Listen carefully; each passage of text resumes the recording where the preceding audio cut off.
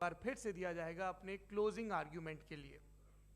और उसके बाद जो इस बहस के लिए सबसे ज़रूरी चीज़ है कि आप और हम और इंटरनेट पर देख रहे लाखों करोड़ों लोग, उनके सवाल जवाब होंगे। तो आप लोग जो यहाँ मौजूद हैं, आपके हम कुछ सवाल लेने की कोशिश करेंगे। 30 मिनट का वक्त हमने उसके लिए तय कर रखा है। इस तरह से ये 2 घंटे की बहस पूरी होगी।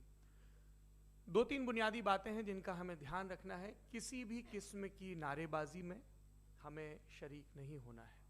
ये हल्ला गुल्ला नहीं है, क्योंकि पूरी दुनिया देख रही है, तो एक नज़ीर कायम करनी है, एक उदाहरण लोगों के सामने रखना है कि पढ़े लिखे लोग इत्तेफाकी और नाइत्तेफाकी रखते हुए भी, एक दूसरे से सहमति और असहमति रखते हुए भी बात कह सकते हैं। यहाँ पर मेरे JNU के प्रोफेसर बैठे हैं, पुरुषोत्तम अग्रवाल जी, जिन्होंने हमें क्लास में सिखाया है कि सहमति का साहस और असहमति का विवेक, और इसका ठीक उलट भी, ये बड़ा ज़रूरी है।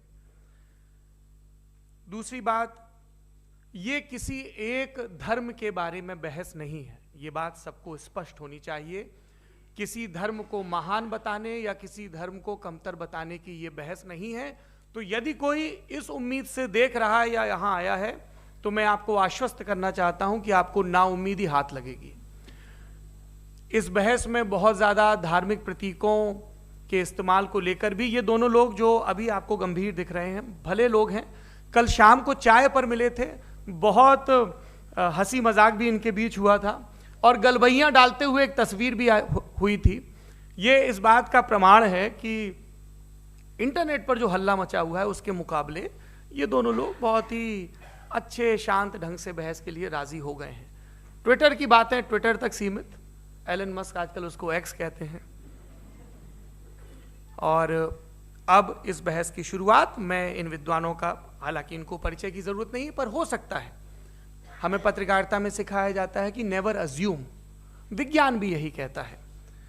मुफ्ती शमाइल नदवी साहब इस्लामिक विद्वान, शिक्षाविद हैं, कोलकाता के वाहियान फाउंडेशन के संस्थापक हैं, लखनऊ की प्रतिष्ठित दारुल उलूम नदवतुल उलमा से ग्रेजुएशन किया है, सोशल मीडिया और सार्वजनिक मंचों पर अध्यापन और बौद्धिक कामों में सक्रिय हैं, और इस समय इंटरनेशनल इस्लामिक यूनिवर्सिटी मलेशिया से PhD कर रहे हैं। अच्छी बात यह है कि पढ़ाई के साथ साथ ट्रैवल ब्लॉग भी बनाते हैं। पेट्रोनस टावर के सामने का ब्लॉग हमने देखा। हमारे साथ जावेद अख्तर साहब हैं। जावेद अख्तर साहब कवि हैं, शायर हैं, गद्य भी लिखते हैं, फिल्मों के लिए संवाद लिखे हैं, गीत लिखे हैं। इससे इतर ये वैज्ञानिक सोच को लेकर या अपने डिक्लेयर्ड एथिज्म को लेकर भी मुखर रहते हैं और अपने तहीं रैशनैलिटी की बात करते हैं। देवियों और सज्जनों, डज गॉड एग्जिस्ट? इस सवाल का जवाब सब अपने अपने तहीं खोजने की कोशिश कर रहे हैं। कोई इसको गॉड डैम पार्टिकल की खोज बताता है, कोई गॉड पार्टिकल की खोज बताता है, कोई हिग्स बोसान की खोज बताता है, कोई ये सवाल जवाब तलाशने की कोशिश करता है कि मास एग्जिस्टेंस में आखिर आया कैसे, हुआ क्या था, सृष्टि के पहले, समय के पहले क्या था। और कोई ये कहता है कि ये सारी खोजें जिस मस्तिष्क में हो रही हैं प्रकृति के क्रम में, वो कैसे विकसित हुआ। मैं उम्मीद करता हूं कि हम आज इन बुनियादी सवालों के कुछ जवाब हासिल करने में कामयाब हों। मैं सबसे पहले मंच पर आमंत्रित कर रहा हूं मुफ्ती शमाइल नदवी साहब को। आइए सर। जी,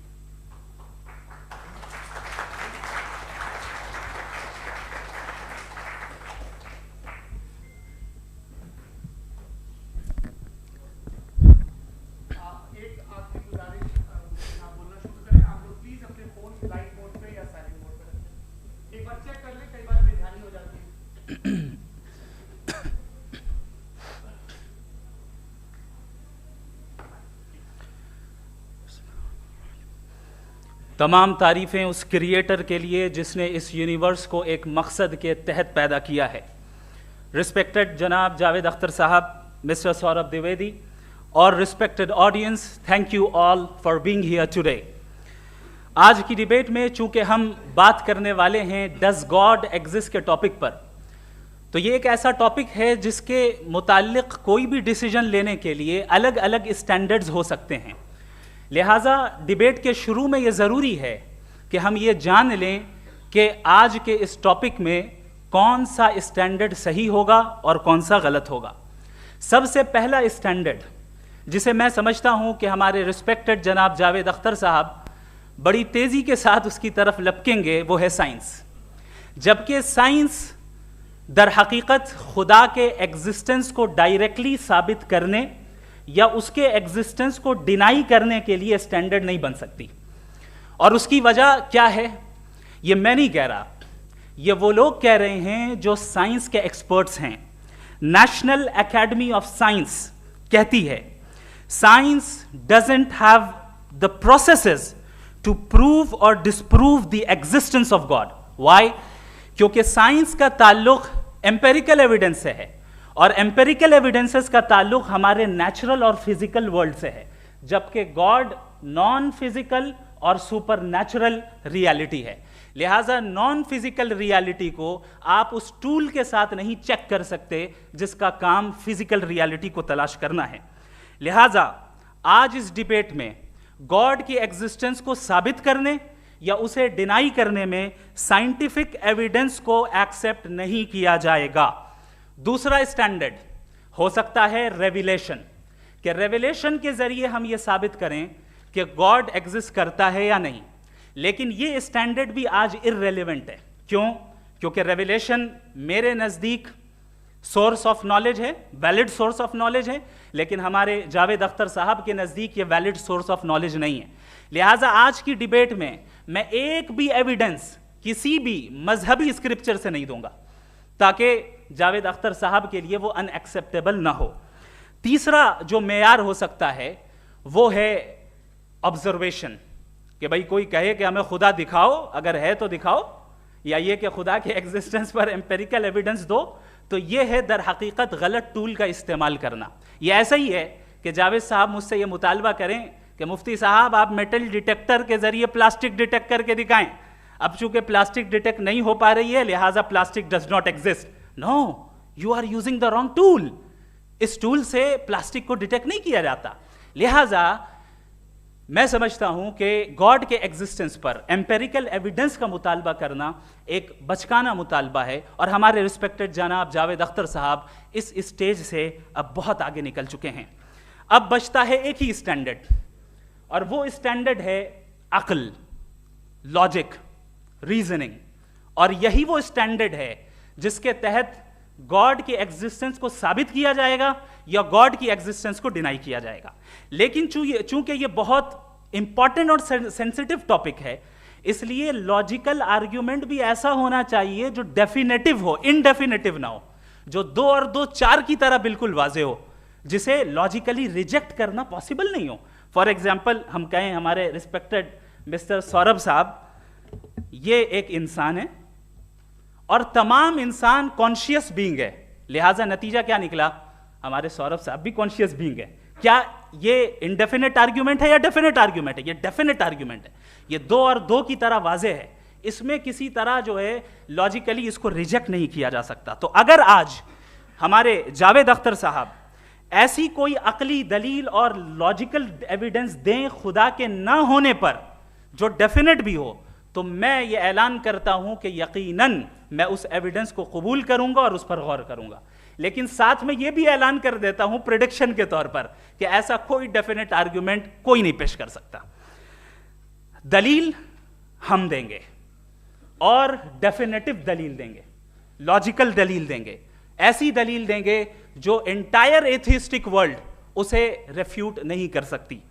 चलें अब हम एक एग्जाम्पल सोचते हैं, एक सिनेरियो, सिंपल सिनेरियो, तमाम ऑडियंस से गुजारिश है, हम और आप एक आइसोलेटेड आइलैंड पर हैं, ऐसा आइलैंड जहां पे हमसे पहले कोई कभी नहीं गया। चलते चलते आपके सामने अचानक आपने देखा एक पिंक कलर की बॉल पड़ी हुई है। सबसे पहला सवाल आपके जहन में क्या आएगा कि ये बॉल यहां क्यों आई, कैसे आई, ये पिंक कलर की ही क्यों है, कोई और कलर भी हो सकता था, ये इसी शेप में क्यों है, कोई और शेप भी हो सकता था। नेचुरली आप इस तरफ पहुंचेंगे कि कोई ना कोई है जिसने इन स्पेसिफिक प्रॉपर्टीज के साथ इस बॉल को बनाया है और यहां पे रखा है। चूंकि आप जानते हैं कि ये जो बॉल है इसका एग्जिस्ट करना जरूरी नहीं है, ये एग्जिस्ट कर भी सकती थी, नहीं भी कर सकती थी, और एग्जिस्ट करना ही था तो किसी और फॉर्म में करती, किसी और कलर में करती।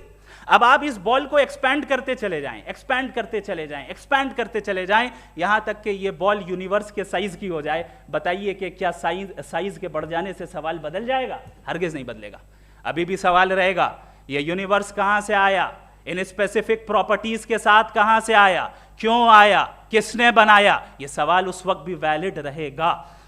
लेकिन ये सवाल अगर हम जनाब जावेद अख्तर साहब से करें तो चूंकि इनका वर्ल्ड व्यू एथिस्टिक है, और सिर्फ इनका नहीं, मतलब जितने भी एथिस्ट हैं और एथिस्टिक वर्ल्ड व्यू को रखने वाले से अगर आप ये सवाल करें कि ये यूनिवर्स कहां से आया, तो इनका जवाब या तो आर्ग्यूमेंट फ्रॉम इग्नोरेंस होगा या डॉगमेटिक होगा।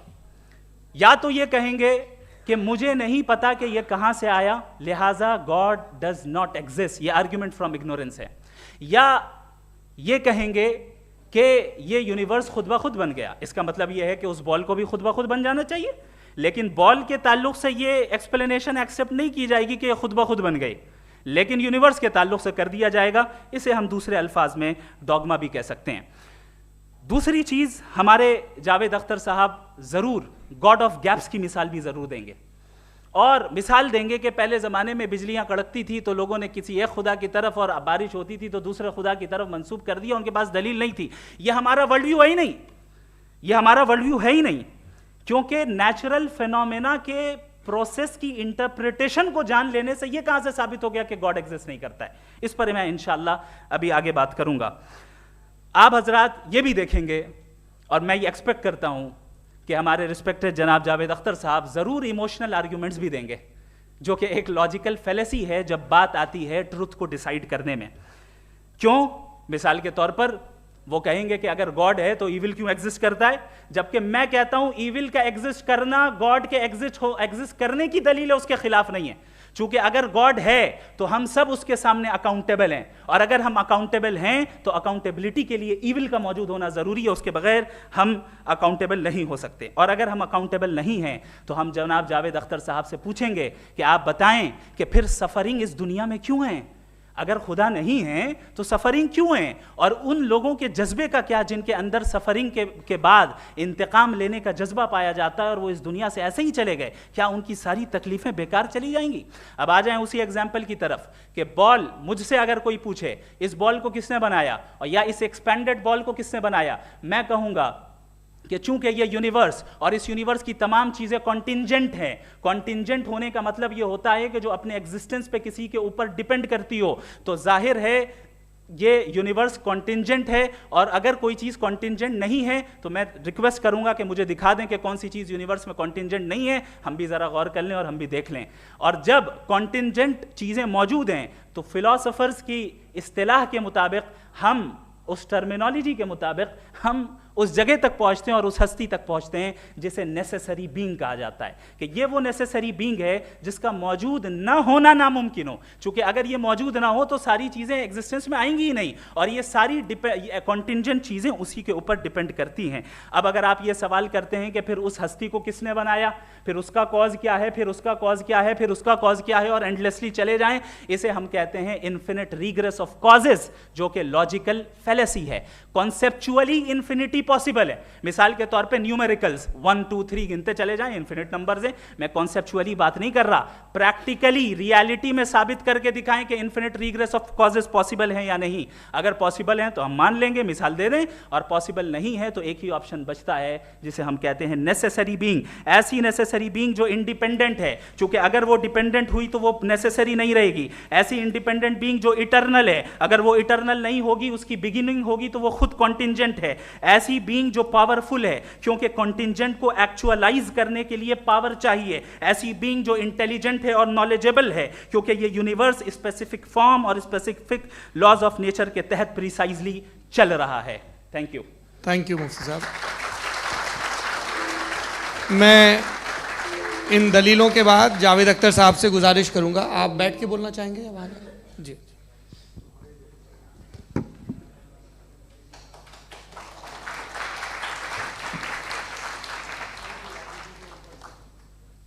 पहले तो मैं मुफ्ती साहब को एक अच्छी खबर देना चाहूँगा कि मेरी नॉलेज साइंस के बारे में बड़ी मामूली है, तो आप फिक्र ना करें उसकी, लेकिन कुछ कॉमन सेंस है मुझ में। देखिए, ये खुदा का तस्वुर कोई नया तस्वुर नहीं है, ये सदियों से रहा है। ये कुछ रिलीजन 3000 साल पुराने होंगे, 4000 साल पुराने होंगे, लेकिन इंसान कोई 10,000 12,000 साल से एग्जिस्ट करता है होमोसेपियन की शक्ल में, और हमेशा कुछ ना कुछ मज़हब रहे। ये मज़हब जाहिलों के नहीं थे, ये मज़हब एक ऐसी ग्रीक सोसाइटी के थे जहाँ बड़े बड़े फिलोसफर्स पैदा हुए। ये मज़हब इजिप्शियंस के थे जिन्होंने पिरामिड्स बनाए थे। ये रोमन्स के थे कि जिनका आर्किटेक्चर और सेनेट यानी पहली बुनियाद डेमोक्रेसी की, लिमिटेड थी मगर डेमोक्रेसी थी, ये उन लोगों ने किए थे। तो इनका जो जुपिटर था, रा था, ज़्यूस था, उन्हें उस पर इतना ही एतमाद था जितना आज किसी मजहबी आदमी को अपने खुदा पे होगा। क्रिश्चियनिटी आने से पहले यूरोप में एक मज़हब था जर्मेनिक रिलीजन। उसका एक खुदा था, उसकी एक बीवी थी, उसके 2 बेटे थे, एक बेटी थी। फिर जर्मनी में जब यूरोप में क्रिश्चियनिटी आई तो वो खुदा, उसकी बीवी और पूरे ख़ानदान चला गया। तो हमने, अगर हम हिस्ट्री देखें तो खुदा जो हैं वो ज़्यादातर फ़नी हैं, वो हमेशा रहे नहीं। और वो जो लोग इन्हें मानते थे उनको आप कहें वो तो जाहिल थे, उन्हें तो कुछ पता ही नहीं था, ऐसा नहीं है। वो अपने वक्त में बड़े काबिल लोग थे और अपने वक्त में उन्होंने बड़े बड़े काम किए हैं, फिलोसफर्स थे, साइंटिस्ट थे, लेकिन उनका मज़हब कहाँ गया, उनके खुदा कहाँ गए? आज जो खुदा हैं दुनिया में लोग उन्हें मानते हैं। आपको क्या मालूम कि कितने बरसों के बाद क्या होने वाला है? हम यूरोप में देखते हैं तो चर्च खाली हैं। तो वक्त के साथ चीज़ें बदलती हैं। जहाँ तक इसका ताल्लुक़ है मज़हबों का, हर मज़हब आपसे एक चीज़ मांगता है, फेथ। ये फेथ क्या चीज़ होती है? What is the difference between faith and belief? ये तो बहुत ही अहमक़ाना बात होगी कि कोई आदमी कहे साहब अगर खुदा है तो मुझे दिखाइए। ये तो जाहिलाना बात हुई। मैंने तो नॉर्थ पोल नहीं देखा है, मगर मैं मानता हूँ कि नॉर्थ पोल है। मैं क्यों मानता हूँ? इसलिए कि अगर ये दुनिया राउंड है तो उसका कोई टॉप होगा। कुछ लोग हैं जो वहाँ गए भी हैं, कॉमन सेंस कहता है कि ऐसा होगा, सबूत है, गवाह है, रीज़न है। तो ये मेरा फेथ नहीं है। तो फेथ में और बिलीफ में डिफरेंस क्या है? जो मज़हब मांगता है आपसे, हर मज़हब फेथ मांगता है। फेथ का मतलब ये है कि ना कोई गवाह हो, ना कोई सबूत हो, ना कोई रैशनल हो, ना कोई लॉजिक हो, ना कोई प्रूफ हो, मगर तुम एक बात को मानो। ये है फेथ। वरना बिलीफ होता। अगर इसमें कुछ भी सबूत होते, गवाह होते, तो फिर इसे आप बिलीफ कहते। जैसे मेरा बिलीफ है कि नॉर्थ पोल है, मेरा फेथ थोड़ी है। फेथ इन तमाम शर्तों को रद्द करता है। तो फिर स्टुपिडिटी क्या है? अगर मैं एक बात ऐसी मानूं जिसकी ना कोई लॉजिक है, ना कोई रैशनल है, ना कोई प्रूफ है, ना कोई गवाह है, ना कोई सबूत है, और मैं उसे मानूं, तो ये स्टुपिडिटी हुई। इसे ही भाई कल को मैं यकीन कर लूं कि एलोन मस्क जो है मेरा भाई है, तो मुझे इंतहाई खुशी होगी, सुकून भी बहुत मिलेगा मुझे। लेकिन और कहे भाई क्यों मानते हो, क्या सबूत है? भाई वो तो अमेरिकन है और तुम तो इंडियन हो, वो तो नस्ल अलग है, तुम्हें कभी मिले भी नहीं। साहब देखिए मेरा फेथ है, इस पर बात न किया। फेथ का मतलब ही यह है कि आप प्रूव नहीं कर सकते। अगर आप प्रूव कर सकते हो तो फेथ की ज़रूरत ही नहीं, फिर तो आप बात करेंगे, आप कितनी बहस कर लीजिए। अल्टीमेटली दुनिया का हर मज़हब फेथ पे टिका है, और फेथ का मतलब है एक ऐसा यकीन जिसका कोई सबूत, कोई गवाह, कोई रैशनल नहीं। अब आप ये कहें, क्या आप ये क्यों कह रहे हैं कि साहब ये कायनात किसने बनाई? कमाल ये है कि आपने बताया कि एक आइलैंड पे गए और एक बॉल देखी। आपने ये नहीं कहा कि आइलैंड किसने बनाया, आपको सिर्फ बॉल पे हैरत हुई। हमने आइलैंड पे हमने हैरत नहीं की, होते हैं आइलैंड। इसी तरह ये आइलैंड है, सितारे, ये गैलेक्सीज, ये सब आइलैंड हैं, खला में। हम उन्हें टेकन फॉर ग्रांटेड लेते हैं, हम पूछते नहीं कैसे बनाए। आपने जजीरे के बारे में भी नहीं पूछा है। मेरी पैदाइश कैसे हुई? क्या मैं प्लान्ड पैदा हुआ था? I was plan to be born, या एक लकी स्पर्म था जो किसी एग से चिपक गया? मेरी पैदाइश रैंडम। और इंसाफ जिसे आप कहते हैं, इंसाफ का तो नेचर से कोई वास्ता ही नहीं है। जो आप कहते हैं कि एक दिन इंसाफ मिलेगा, इंसाफ is a human concept, nature में कोई इंसाफ नहीं। अगर शेर हिरन को खा जाता है तो उसे कोई सजा नहीं मिलती।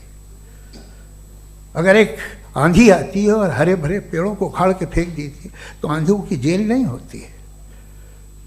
नेचर में इंसाफ नहीं, इसलिए मुझे नेचर को इंसाफ की जरूरत भी नहीं। नेचर तमाम एक है।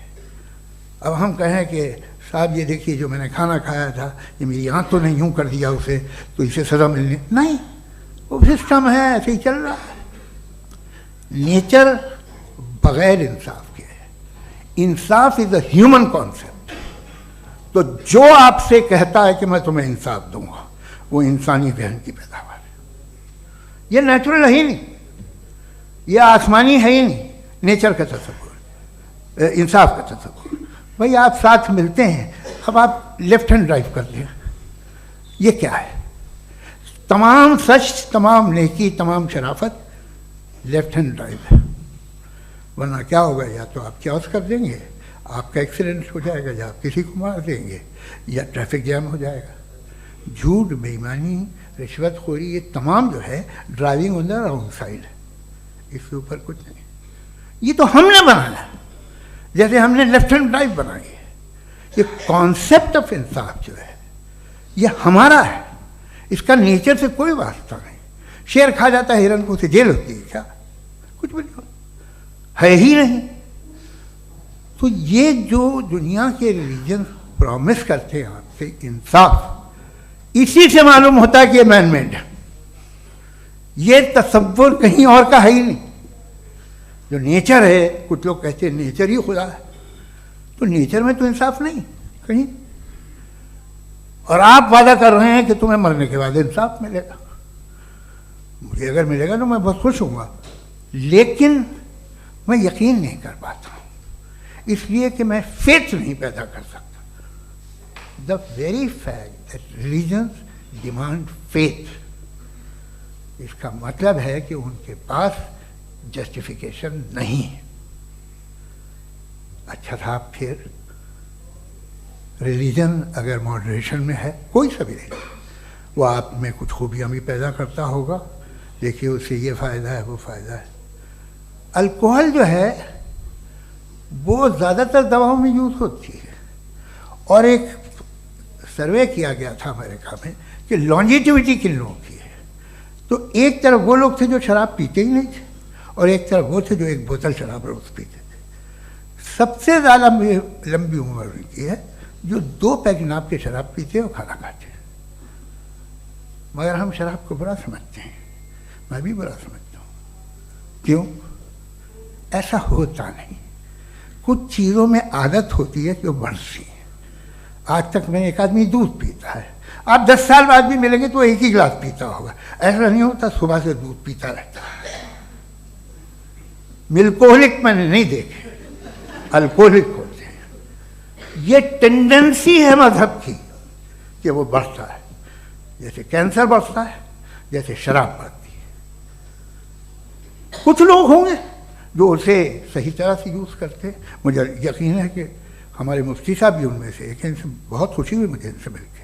लेकिन कितने लोग हैं कि आज आप देखते हैं दुनिया में जो तबाहियाँ हैं, इनमें कितना हाथ है उन लोगों का जो बिलीवर कहते था मजहब ये नहीं कहता, ना कहता होगा, मगर जब ये मजहब पीते हैं तो ऐसे बिहेव करते हैं। थोड़ा सा अगर हो तो शायद बहुत अच्छी बात, लेकिन शराब थोड़ी सी नहीं रहती, उसमें टेंडेंसी है पहले। थोड़ा सा अगर 2-3 कैंसर के सेल हो ना बॉडी में तो आदमी स्लिम रहेगा, लेकिन वो 2-3 सेल नहीं रहते, वो मल्टीप्लाई होते हैं। जावेद साहब टाइम पूरा हो गया। टाइम हो गया, तो बस बात खत्म हो गई। अच्छा, मुझे कुछ और कहने को था भी नहीं। जी, मैं पहले जवाबी दौर के लिए इनवाइट कर रहा हूँ मुफ्ती साहब को। Your rebuttal round 1, you have 7 minutes।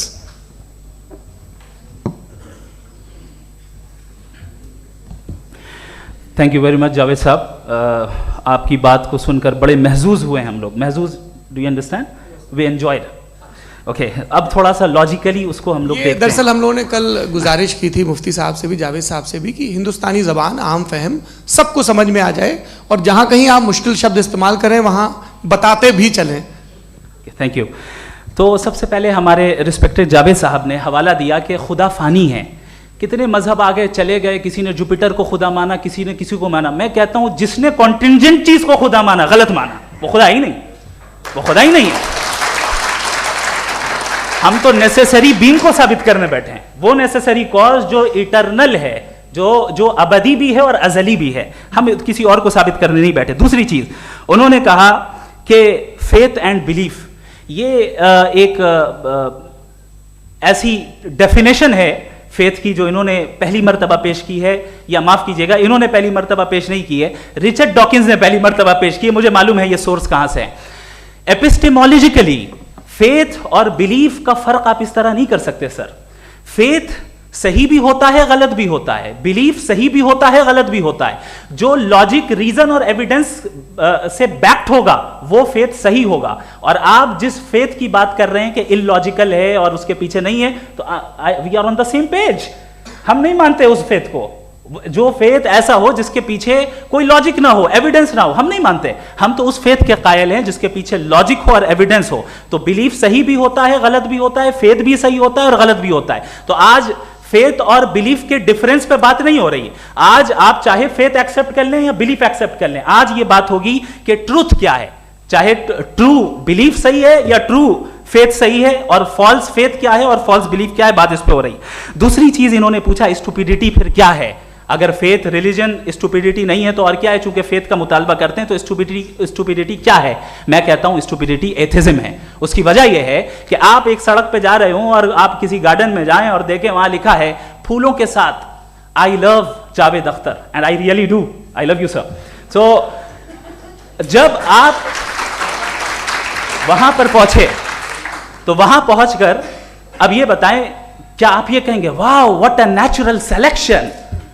ये क्या नेचुरल सिलेक्शन है? नहीं, ये प्रिसाइजली डिजाइंड है, इसके पीछे डिजाइनर है। लिहाजा अगर कोई एक ऐसी कॉमन सेंस की बात को कबूल नहीं कर रहा है कि यूनिवर्स जो इतने प्रिसाइजली काम कर रहा है, हम कह दें कि खुद ब खुद बन गई, मैं समझता हूं इससे बड़ी स्टुपिडिटी और कुछ नहीं है। ये इरैशनल चीज है। फिर हमारे सर ने कहा कि आपने बॉल पे फोकस किया, आइलैंड पे फोकस नहीं किया। अरे आइलैंड को किसने बनाया यही समझाने के लिए तो बॉल की मिसाल दे रहा हूं। और बॉल भी कॉन्टिंजेंट है, आइलैंड भी कॉन्टिंजेंट है, दोनों नेसेसरी बीइंग का मुतालबा करते हैं। आगे इन्होंने कहा कि नेचर में कोई इंसाफ नहीं है। हम डिसाइड करते हैं कि मोरालिटी क्या होती है, इंसाफ क्या होता है। हम डिसाइड करते हैं, जैसे ड्राइविंग सीट में ट्रैफिक वाला, ये तो किसी खुदा ने नहीं कहा, ये है, इसे कहते हैं फॉल्स इक्विवेलेंस। ये एक लॉजिकल फेलेसी है। आपने जो है मिसाल दी ड्राइविंग की और ट्रैफिक की, ये सब्जेक्टिव मोरालिटी है। आप सब्जेक्टिव मोरालिटी को मिसाल बनाकर ऑब्जेक्टिव मोरालिटी के ऊपर नहीं थोप सकते। इंसाफ की ऑब्जेक्टिव मोरालिटी है। अगर आप ये कहते हैं कि नेचर में इंसाफ नहीं है, तो इंसाफ का न होना ये नेचुरल हुआ, तो फिर नेचर को नेचर रहने दे। क्यों हम इतना स्ट्राइव कर रहे हैं दुनिया में इंसाफ लाने के लिए? ये तो इलॉजिकल बात है, इरैशनल बात है। इसलिए बहुत सी चीजें ऐसी हैं जो ऑब्जेक्टिवली जो है इविल या गुड हैं, और बहुत सी चीजें ऐसी हैं जो सब्जेक्टिवली हैं। सब्जेक्टिवली जो मोरल होता है या इमोरल होता है, उसको हम सोशल कंसेंसस से या पर्सनल प्रेफरेंस से डिसाइड करते हैं। लेकिन जो ऑब्जेक्टिव मोरालिटी है, जिसमें इंसाफ आया, जो इन्होंने बार बार रिपीट किया, ये ऑब्जेक्टिव है, सब्जेक्टिव नहीं है। अगर आप कहते हैं ये सब्जेक्टिव है, तो मेरा सवाल आपसे ये है, क्या सोशल कंसेंसस के जरिए अगर जुल्म को सही करार दे दिया जाएगा तो आप जुल्म को जस्टिफाई करेंगे? दूसरी चीज इन्होंने ये कहा कि 2 पैक शराब पी लें तो वो उतने पे नहीं रहता, बढ़ जाता है। यही मामला मजहब के साथ है। 2 पैक आप पी लें, बढ़ेगा। तो ये एक ऐसी मिसाल है, इसको कहीं भी फिट कर लें कि आप एथिज्म पे जब फिट करें, जब आप 2 पैक एथिज्म का लेंगे ना, तो वो बढ़ बढ़ के नॉर्थ कोरिया बनेगा। Thank you.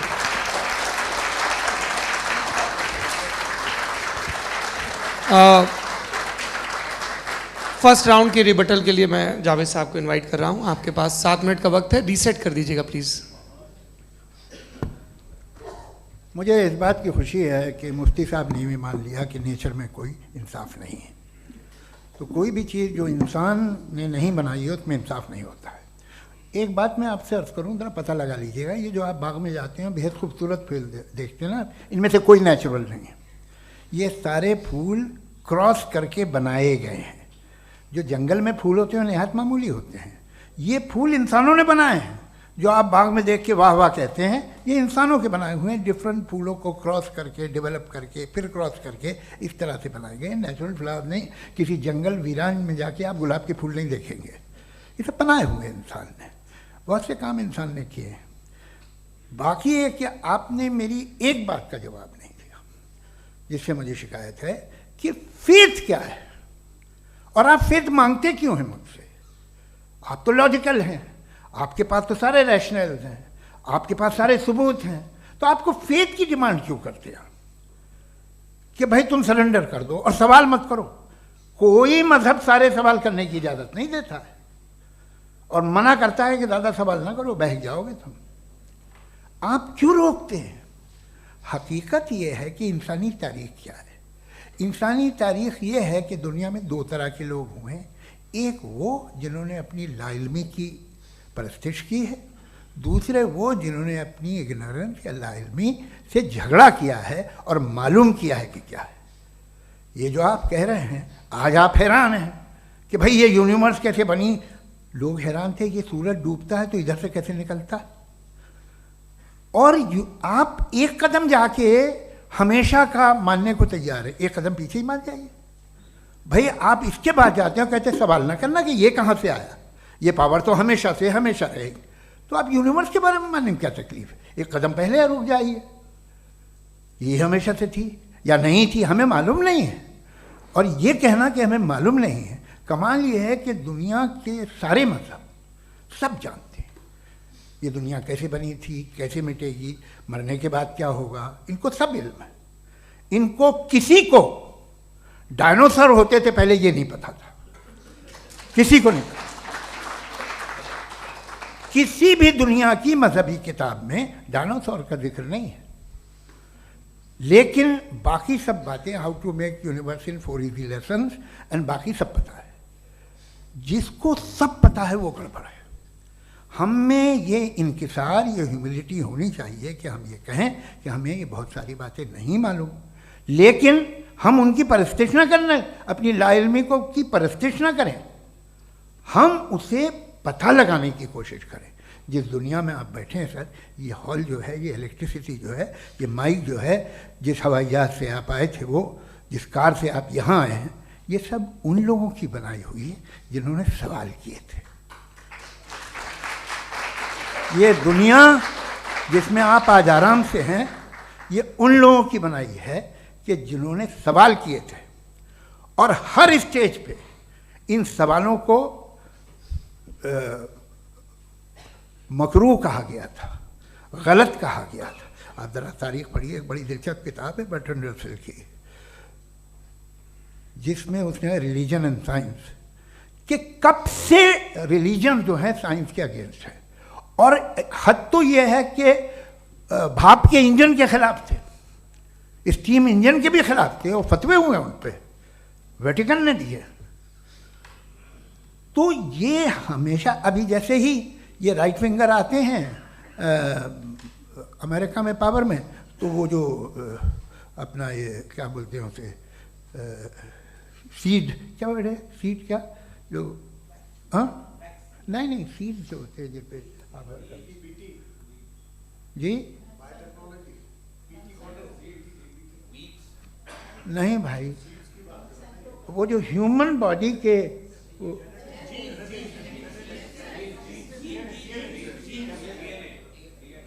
उस पर रिसर्च बंद हो जाती है, रिपब्लिकन नहीं करने देते।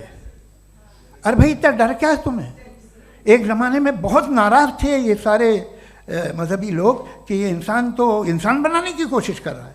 आपको क्या तकलीफ भाई, बना ले तो बना लेने दो, ये खौफ क्या है? और ये सब आज जो आप कह रहे हैं नामुमकिन है, ये कैसे हुआ, मुझे एक किस्सा याद आता है। जब मैं 6ठी क्लास में था तो मैं मैथमेटिक्स में बहुत वीक था, तो एक टीचर रख दिया गया, उसने 1 2 3 4 5 6 7 को सिखा दिया मुझे। वो दिन मैं भूल नहीं सकता हूँ मुफ्ती साहब, जिस दिन उसने ये बताया कि 1/2 क्या होता है और 3/4 क्या होता है, मुझे ऐसा लगा कि मेरा सर बीच से फट जाएगा। ये आदमी कह रहा है कि जो दीवार के अंदर जाओ वॉक करते हुए। आज हंसता हूँ मैं इस बात पे। तो आज जो बातें आपके जहन से बिल्कुल परे हैं और आप हैरान होते उन्हें देख के, एक वक्त आएगा कि मामूली लगेंगे। और हुआ है, आपकी इंसानी तारीख ही है। इतनी जल्दी सारे फैसले आप मत कर लीजिए, थोड़ा ये ह्यूमिलिटी रखिए कि भाई ये हमें नहीं मालूम। ये कहने में क्या है, ये यूनिवर्स कहाँ तक फैली, ये कब से है और कब तक रहेगी, हमें नहीं मालूम। आपने फैसला कर लिया कब बनी, ये आपके हिसाब से कोई 14 बिलियन ईयर्स बनी जो समझा जाता है। उससे पहले हजारों करोड़ों अरबों साल तक खुदा बैठा क्या कर रहा था, खामोश बैठा था, ऐसी जमाइयाँ ले रहा था। फिर उसे आइडिया है, यार एक काम करते, वक्त अच्छा गुजर जाएगा, यूनिवर्स पर आपसे सोचिए। वो तो हमेशा से है ना, मगर यूनिवर्स हमेशा से नहीं है, ये तो बनाई गई है। और उससे पहले क्या था, इनका क्या काम था, कैसी बात है। ये बड़ा आसान है, जो बात हमें आज धीरे धीरे पता चली है। बरसों 2000 और 2500 साल पहले आपको किसी ने बता दिया कि क्या था, आप मान गए, और तब से वही मान रहे हैं जो 2500 साल पहले कहा गया था। सब कुछ बदल गया है, सॉल्व हो रही हैं चीज़ें। अभी साइंस बिल्कुल दावा नहीं करती, या कोई फिलोसफर ये दावा नहीं करता कि हमें सब मालूम, बल्कि वो कहता है कि हमें जितना मालूम होता है उससे ये मालूम होता है कि हमें कितना कम मालूम। तो हम अपनी जहालत से लड़े, उसकी परस्तिश न करें। जी, टाइम है। Thank you so much. मैं तर्कों की श्रृंखला में राउंड 2 के लिए मुफ्ती साहब को आमंत्रित कर रहा हूँ। आपके पास एक बार फिर से 7 मिनट का वक्त है। शुक्रिया। जनाब जावेद अख्तर साहब कई मर्तबा दोहरा रहे हैं कि फ़ेथ का मतलब बताइए, फ़ेथ का मतलब बताइए। मैंने बता दिया, फ़ेथ सही भी होता है, गलत भी होता है। और आज हम फ़ेथ पे बात नहीं कर रहे, हम ट्रुथ और डज गॉड एग्जिस्ट पे बात कर रहे हैं। क्या डज गॉड एग्जिस्ट, ये ट्रुथ यानी गॉड है या नहीं है, इसमें से दोनों ट्रुथ क्या है। अब आप उसे फेथ कह लें, बिलीफ कह लें, नॉट माई बिजनेस। उसके बाद आपने कहा कि भाई सवाल करने से मजहब रोकता है। मैं कहता हूं जो रोकता है वो रोकता होगा, मैं नहीं रोकता, बल्कि सवाल करें, सवाल करना चाहिए। सवाल कर करके तो हम आगे बढ़ते हैं, तरक्की करते हैं, और इसीलिए मैं आज यहां पे आया हूं। लेकिन सवाल सिर्फ खुदा से नहीं होगा, आपसे भी होगा। सवाल एथिज्म से भी होगा, सवाल सिर्फ मजहब से नहीं होगा, सबसे होगा। और आज मैं सवाल करूंगा और उम्मीद है कि आप जवाब देंगे। अभी तक आपने वैसे कॉन्टिंजेंसी आर्गुमेंट का कोई जवाब नहीं दिया। चलें, आपने कहा यूनिवर्स के बारे में इटर्नल क्यों नहीं बोल देते। ये चूंकि लॉजिकली पॉसिबल ही नहीं है कि यूनिवर्स इटर्नल हो। यूनिवर्स एक कॉन्टिंजेंट चीज है जो टाइम एंड स्पेस के पाबंद है, टाइम एंड स्पेस से बाउंड है। जो टाइम एंड स्पेस से बाउंड होगा वो कॉन्टिंजेंट होगा, जो कॉन्टिंजेंट होगा वो उसकी बिगिनिंग हुई होगी, जिसकी बिगिनिंग हुई होगी वो इटर्नल नहीं हो सकता। ये तो कॉमन सी बात है। आपने कहा कि किसी मजहबी किताब में डायनासोर का जिक्र नहीं है। अफसोस कि आज तक किसी मैथमेटिक्स के किताब में मुझे डायनासोर का जिक्र नहीं मिला। तो इसका मतलब मैथमेटिक्स की किताब बेकार है? नहीं, उसका वो टॉपिक नहीं है। रेवलेशन का और मजहबी किताबों का टॉपिक ये नहीं है कि आपको आके बताए साइकिल कैसे बनाते हैं, या आकर ये बताएं कि जो है डायनासोर कब था। वो तो मोरालिटी सिखाने आया है, गॉड के बारे में बताने आया, नॉन फिजिकल रियलिटी की हकीकत को सिखाने के लिए आया। रिलीजियन साइंस को रोकता है? नहीं रोकता। अगर रोकता है तो गलत करता है। रिलीजियन साइंटिज्म को रोकता है, जिसमें हमारे जावेद साहब मुब्तला हैं। साइंस और साइंटिज्म में फर्क है। साइंटिज्म यह है कि आप समझें कि साइंस और साइंटिफिक मेथोडोलॉजी ये नॉलेज को हासिल करने का वाहिद सोर्स ऑफ नॉलेज है। यह है साइंटिज्म। हम इसे रिजेक्ट करते हैं। हम साइंस को तो तरक्की करते हैं, भाई आप हमारी पूरी तारीख कर लें, पढ़ लें तो आपको पता चल जाएगा। बहरहाल ये अलग टॉपिक है।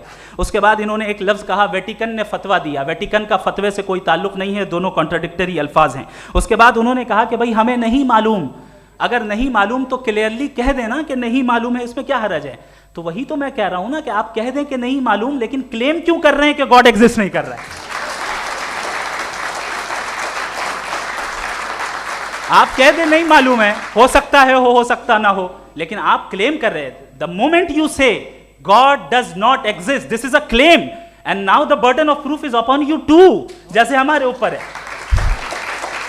और क्यों है मैं बताता हूं, क्यों है ये भी मैं बताता हूं. फिलोसॉफिकली जो क्लेम होता है ना, सिर्फ ये नहीं होता कि इंसान कहे पॉजिटिव क्लेम करे और नेगेटिव क्लेम करे तो बर्डन ऑफ प्रूफ नहीं है. आप मिसाल के तौर पे मैं कहूं कि फुला उस कमरे में कोई नहीं है, मैंने एक नॉलेज का क्लेम किया है.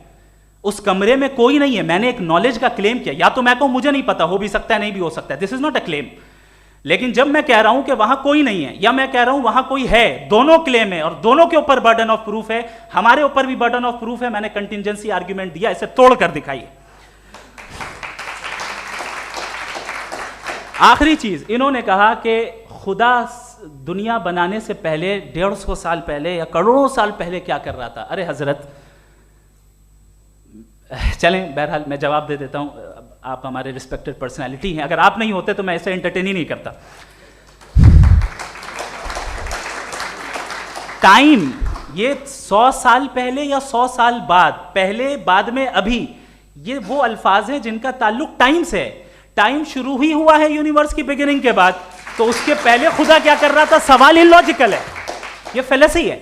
यानी आप ये कह रहे हैं कि यूनिवर्स के बनने से पहले खुदा क्या कर रहा था? टाइम के बनने से पहले, पहले का ताल्लुक टाइम से, टाइम उस वक्त था ही नहीं, तो ये सवाल ही इनवैलिड है खुदा के ताल्लुक से. दूसरी चीज, आर्ग्यूमेंट ऑफ कंटिजेंसी जो मैंने आपके सामने पेश की है, आपने बार बार ये प्रूफ किया और ये कह रहे हैं कि गॉड ऑफ गैप्स. देखिए, पहले नहीं मालूम था, साइंस ने कर दिया. सिंपल्स की मिसाल से मैं समझा देता हूं. जिस गैप्स की आप बात कर रहे हैं ना, साइंस उन गैप्स को जिन चीज के जरिए भी प्रूव करेगा वो कॉन्टिंजेंट ही होगा. अब चाहे वो फोर्स हो, मैटर हो या एनर्जी हो. लिहाजा सवाल हमारा उस वक्त भी वैलिड होगा जब तक कि आप नेसेसरी बीइंग पे ना आ जाएं. और इन्फिनिट रिगरेस पॉसिबल नहीं है of causes in practical world, तो जाहिर है कहीं रुकना पड़ेगा. जहां रुकेंगे वही खुदा है. दूसरी चीज, आपने ये कहा, क्या कह रहा था मैं, किस पॉइंट को? What? Oh no, after that. Just now. हाँ, जहां रुकेंगे वही खुदा है. बहरहाल, तो टाइम का जिक्र हो गया. गॉड ऑफ गैप, सॉरी, या इसकी एक मिसाल आप ले लें. एक कार है, एक साहब ने देखा कि भाई कार जो है उसके व्हील्स कितने अच्छे लगे हुए हैं, सही जगह पे.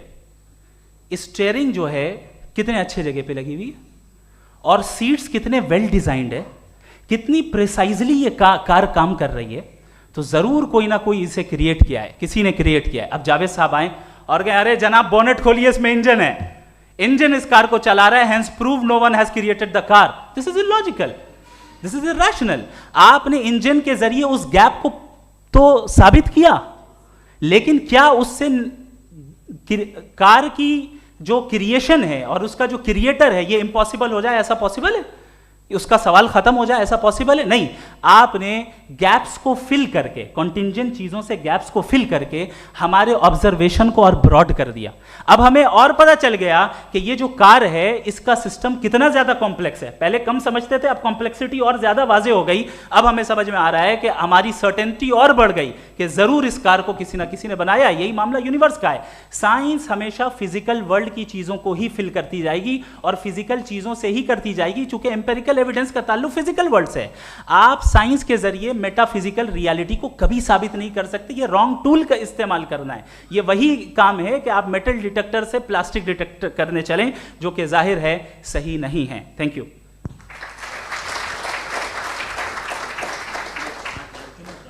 जी, ये आर्ग्यूमेंट का राउंड 2 है. हाँ. 7 मिनट है. पहले तो मैं आपसे अर्ज करूं कि आपने कहा कि जब कायनात ही नहीं थी तो वक्त भी नहीं था, कुछ भी नहीं था. कैसे नहीं था? खुदा था. एक एग्जिस्टेंस तो था ना खुदा का. तो जब खुदा था तो वक्त भी होगा. ऐसा नहीं है कि कुछ भी नहीं था, खुदा था. अच्छा, बाकी एक आपने कहा साहब आप साबित कीजिए, आपके पास भी लॉजिक है या मेरे पास भी लॉजिक है. आप मेरा जिम्मेदारी नहीं है साबित करना कि खुदा है. बर्टन रसल ने एक बड़ी अच्छी बात कही, बर्टन रसल ने एक बड़ी अच्छी बात कही। मैं आपसे अगर ये दावा करूं कि एक चाय की केतली मरीख के चारों तरफ घूम रही है, मार्स के चारों तरफ, तो ये आपका काम नहीं है कि आप साबित करें कि कोई चाय की केतली नहीं है। ये मेरा काम है, मैंने दावा किया है। ये दावा तो मजहबी लोग करते हैं कि खुदा है, मैं क्यों साबित करूं कि नहीं है? जब तक आप मुझे कन्विंस नहीं कर देंगे मैं नहीं मानूंगा। आपकी जिम्मेदारी है, मेरी जिम्मेदारी नहीं है। दोयम ये कि ये जो आप कह रहे हैं, जो गैप्स हैं, ये गैप जब जब किसी मजहब को चैलेंज करते हैं, जब ऐसा कोई बात आती है तो हंगामा हो जाता है कि जब वो चैलेंज करें किसी फेथ को। ये तमाम साइंस जो है इसे मुख्तलिफ जगहों पे मुख्तलिफ वक्तों में मजहब ने रोकने की कोशिश की है। ये किताब है religion and science Burton Russell की, पढ़िएगा, अच्छी लगेगी आपको। तारीख ही है साइंस, मजहब की साइंस से उसका यही रिश्ता है।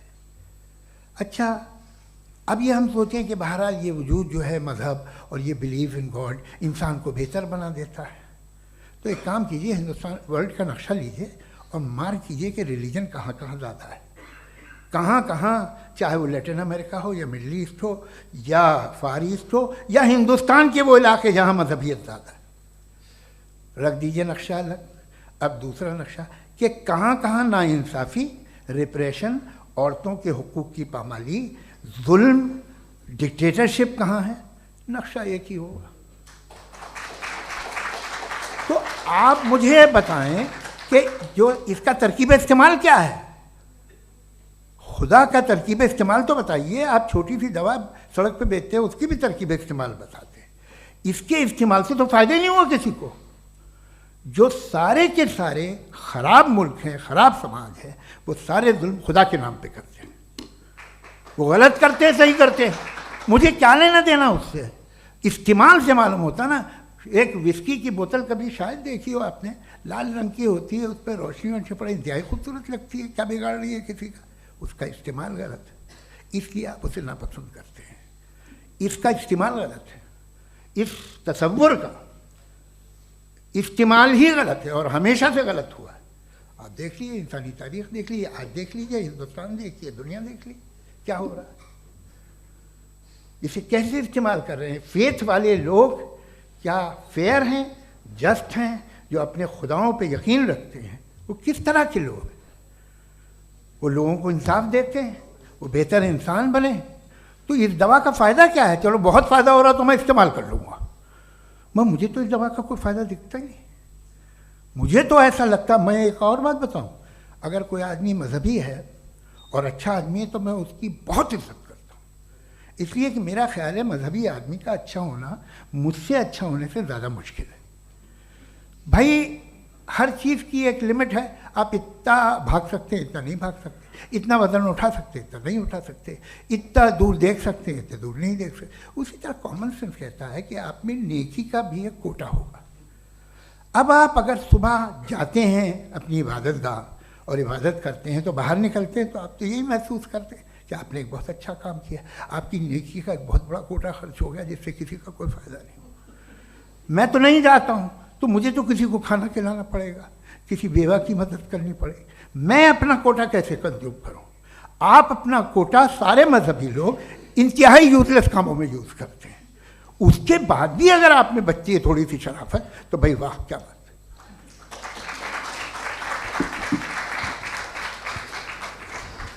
एक तो मुझे ये बात बहुत अच्छी लग रही है कि दोनों ही विद्वान समय को मानते हैं और बहुत समय से अपनी दलीलें और बाज़ दफ़ा समय से पहले अपनी तकरीरें पूरी करके अपनी अपनी कुर्सी पर बैठ रहे हैं। ये इस आर्ग्यूमेंट का राउंड 2 पूरा हुआ। अब रिबटल का राउंड 2 है और उसके बाद क्रॉस एग्जामिनेशन होगा। नहीं, आपका आर्ग्यूमेंट हो गया सर। हमारे यहाँ स्कूल के सिलेबस में पंच परमेश्वर कहानी पढ़ाई जाती है, प्रेमचंद जी की लिखी हुई। आप निश्चिंत रहिए, आपके कोई राउंड में मिस नहीं होने दूंगा। रिबटल का राउंड 2, मुफ्ती शमाइल नदवी साहब।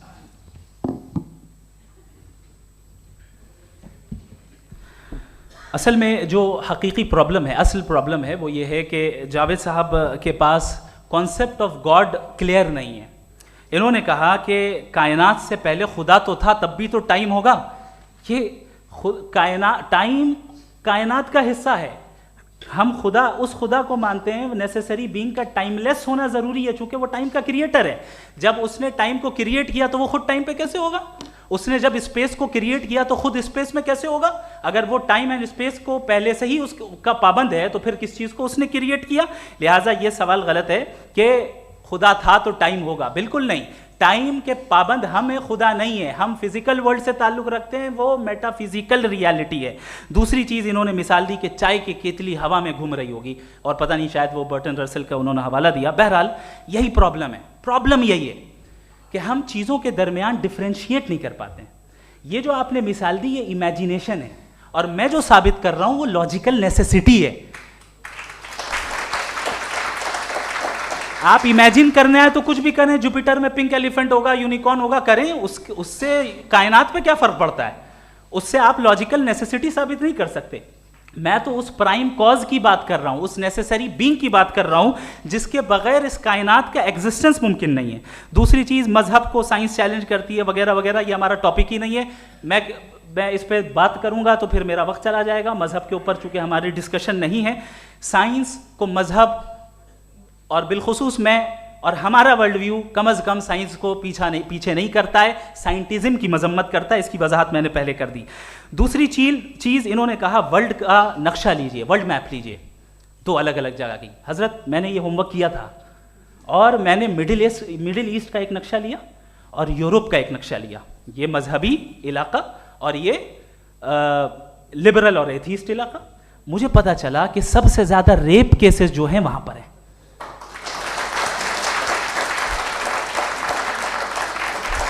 मुझे ये पता चला यूएन की रिपोर्ट के मुताबिक, मैं ये अपने घर से नहीं लेके आ रहा, कि जो वर्किंग वुमेन है यूरोपियन कंट्रीज में, उसमें 81% वुमेन सेक्सुअल हैरेसमेंट का वर्क में शुमार हो रही है। ये मिडिल ईस्ट में नहीं हो रहा है, वो मजहबी लोग हैं इसलिए नहीं हो रहा है।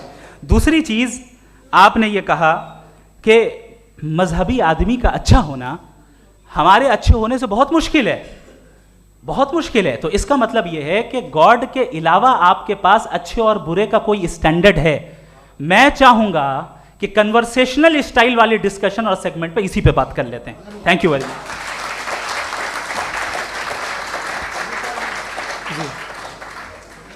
ये रिबटल का राउंड 2 है। आपके पास 5 मिनट का वक्त है, और इसके बाद क्रॉस एग्जामिनेशन शुरू करेंगे। आप चाहें तो जो इन्होंने सवाल पूछे उनके जवाब आप रिबटल में भी दे सकते हैं। जी जी, देखिए पहले तो ये बात कि ये मिसाल गलत नहीं है, गलत है।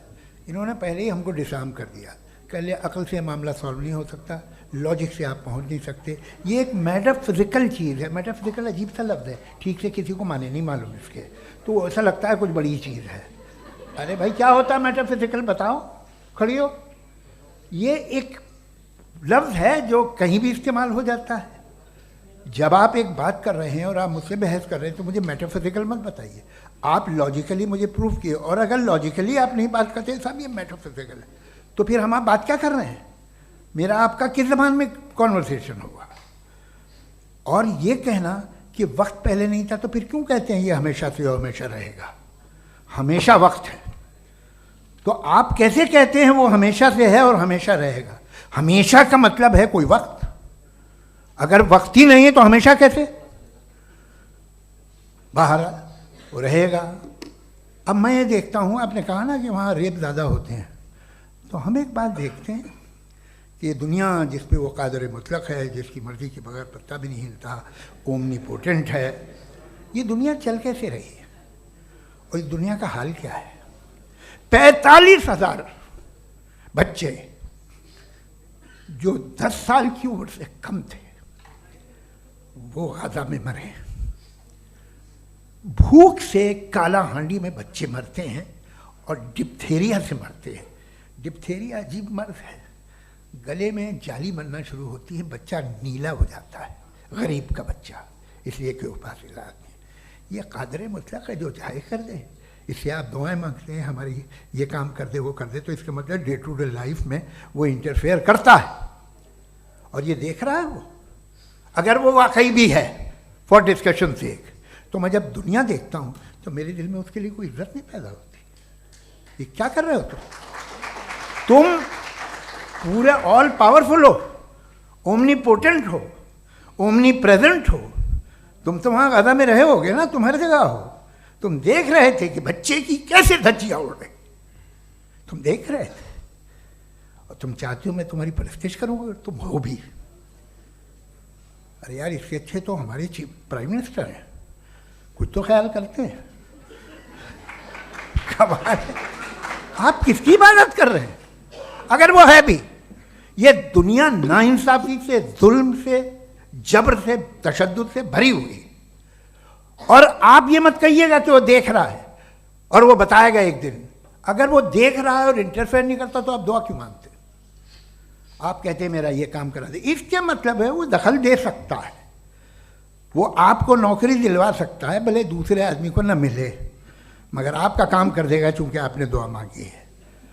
तो जब वो आपको नौकरी दिला सकता है, लड़की की शादी कर सकता है, बेटे को ग्रीन कार्ड दिलवा सकता है, तो कम से कम ये जो मर रहे हैं बच्चे, इनको रोक दे, कुछ तो करे। मुझे तो दुनिया में, इस दुनिया का कोई मालिक है, इसका ओमनीपोटेंट कोई रूलर है, और ये दुनिया ऐसी चल रही है। मैं तो चाहूँगा कि भाई ना हो, अगर हो तो बड़ी शर्मिंदगी की बात है। शुक्रिया।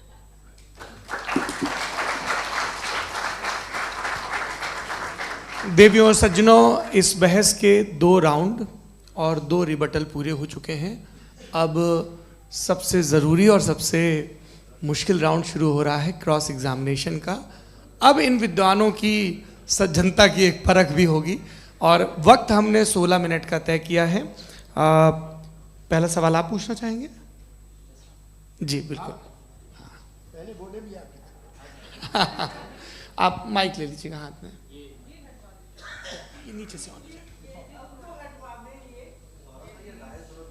जी मैं बोलता हूँ, ये डायस हटा सकते हैं क्या हम थोड़ा क्विकली? डायस पीछे कर दीजिए बस थोड़ा सा, है, ताकि ये जो दाएं बाएं लोग बैठे हैं, इसे हटा ही दीजिए। अब हमें वहाँ तो जाने वाले नहीं। आराम से आराम से आराम से। दोनों तरफ से हटा दीजिए।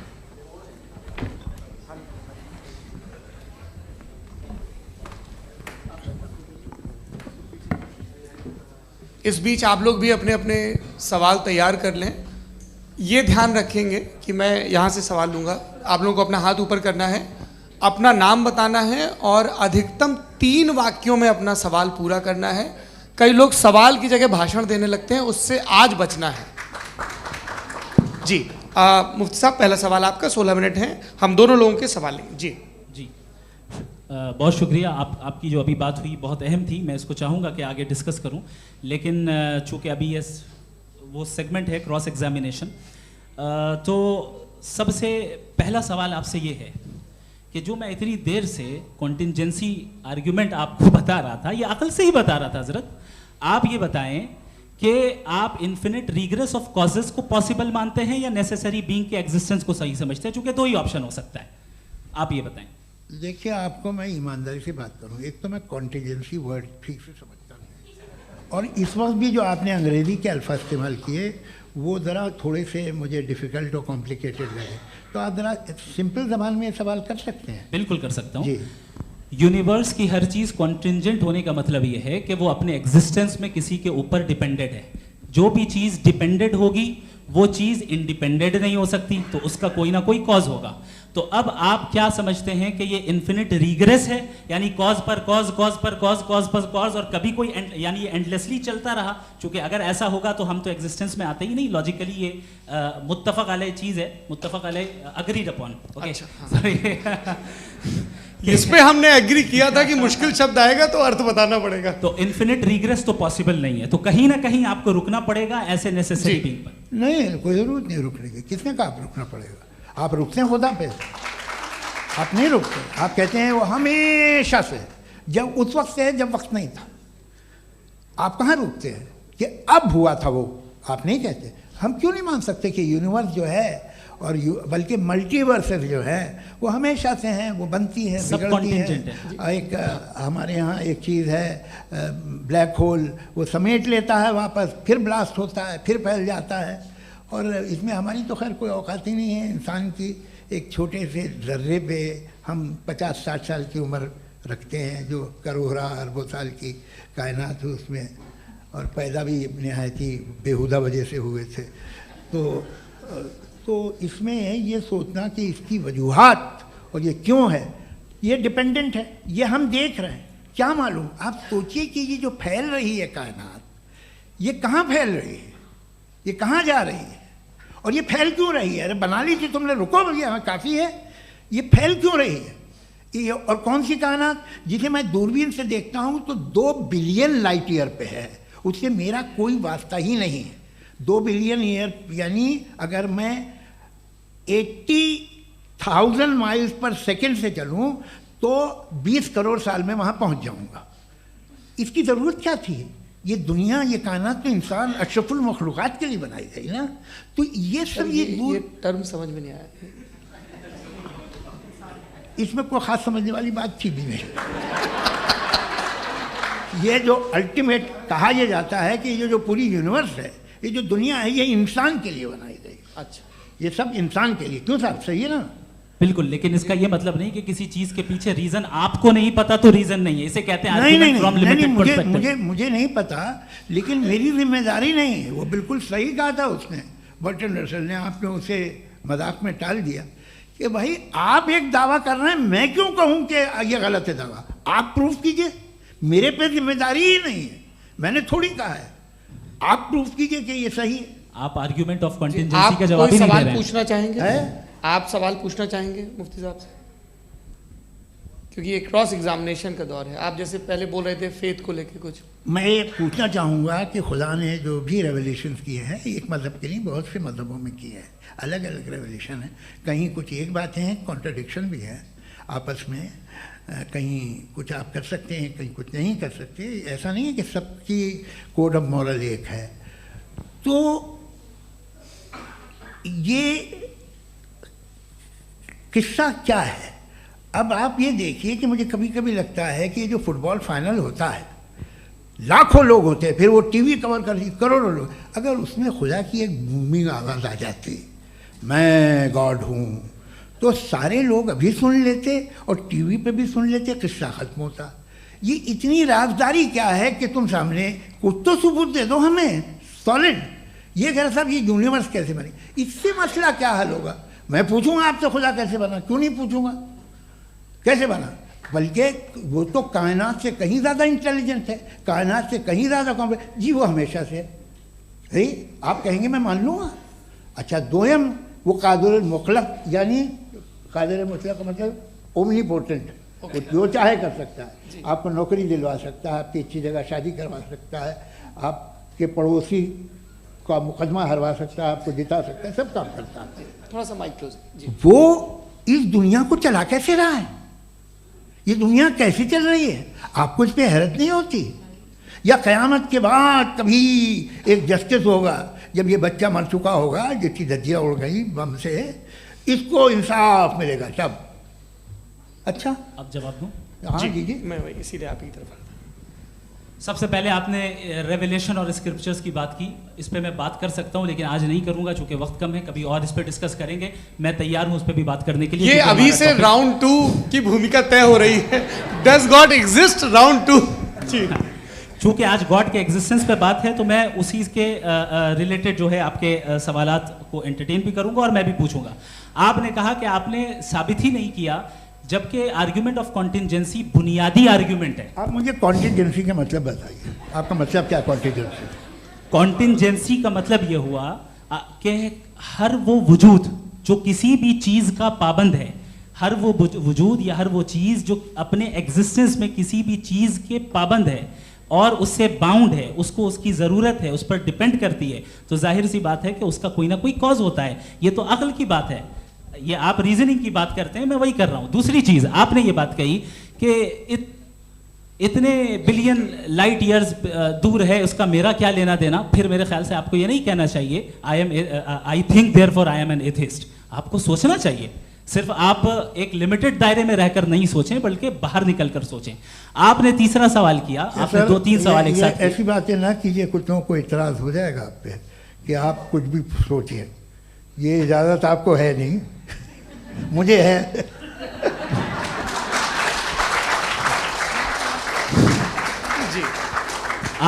आपने प्रॉब्लम ऑफ इविल के ताल्लुक से सवाल किया और बार बार आप एक लफ्ज रिपीट कर रहे हैं कि ओमनीपोटेंट गॉड है, ऑल पावरफुल गॉड है। यही तो दरअसल समझना है कि गॉड का कॉन्सेप्ट क्या है। प्रॉब्लम ऑफ इविल जो है, प्रॉब्लम ऑफ इविल दर हकीकत दो असम्पशंस पर कायम है। अगर आप इन दो असम्पशंस को समझ जाएं तो ये प्रॉब्लम नहीं रहेगी, आर्ग्यूमेंट आपको समझ में आ जाएगी कि ये कोलैप्स कर जाता है। पॉइंट नंबर 1, यानी जो आपका सबसे पहला फॉल्स असम्पशन है कि गॉड मर्सीफुल है, ओमनीपोटेंट है, दुनिया में जुल्म हो रहा है। लेकिन आपको ये समझना चाहिए कि हमारे वर्ल्ड व्यू के मुताबिक गॉड सिर्फ ओमनीपोटेंट और सिर्फ मर्सीफुल नहीं है, बल्कि वो ऑल वाइज भी है और वो ऑल नोइंग भी है। उसके हर काम के पीछे हिकमत और विजडम है। ये कोई जरूरी नहीं है कि वो हिकमत और विजडम आपको समझ में आए या मुझे समझ में आए। अगर आप जो समझ रहे हैं उसके मुताबिक आप फैसला कर रहे हैं, ये लिमिटेड पर्सपेक्टिव से आर्ग्यूमेंट है। और इस चीज को हम अपनी दुनिया में, अपने लाइफ में, डेली लाइफ में इस प्रिंसिपल को एक्सेप्ट करते हैं। हम जब किसी डॉक्टर के पास जाते हैं, डॉक्टर के पास जाकर वो अगर उसने हमें कोई दवाई दी है तो हम ये तो नहीं कहते कि जब तक आपके पास जितना नॉलेज और जितना विजडम नहीं है, आपने क्यों ये दवाई दी है, तब तक हम इस चीज को एक्सेप्ट नहीं करेंगे। नहीं कहते, हम उसकी अथॉरिटी को तस्लीम करते हैं। क्यों? क्योंकि उसकी हम जानते हैं कि वो नॉलेजेबल है, वो विजडम वाला है, हमसे ज्यादा नॉलेज और हमसे ज्यादा विजडम है। बताएं सर। नहीं, डॉक्टर में और खुदा में बड़ा डिफरेंस है। डॉक्टर पढ़ा लिखा होता है एक, तो मैं उसकी बात सुनूंगा। दो ये नहीं, कुछ जवाब तो ये भी नहीं है सर। प्लीज आप अगर सब ऑडियंस से बोलने लगेंगे तो फिर मतलब नहीं सिविलाइज बहस का। मतलब आप ये कहें कि चूंकि आप डॉक्टर पे बिलीव करते हैं इसलिए खुदा पे बिलीव किए, क्या ये मिसाल आपको समझाने के लिए आर्गुमेंट है, इस पे आपको एतराज नहीं है। तो सिंपल बात ये है कि मैं अगर ये यकीन कर रहा हूँ कि एक ओमनीपोटेंट, उसकी मसलहत है, ये जो बच्चे मर रहे हैं ये मसलहत है उसकी, मुझे नहीं चाहिए थी मसलहत। उसकी मसलहत नहीं, यही तो समझना है, मतलब एक्सपीरियंस।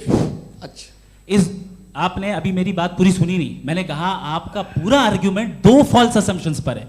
एक फॉल्स असम्पशन मैंने बता दिया, दूसरा फॉल्स असम्पशन ये है कि इस दुनिया में इविल के होने का कोई गुड रीजन नहीं है, जबकि हमारे पास बाज रीजंस मौजूद हैं, हमारे पास बाज वजूहात मौजूद हैं।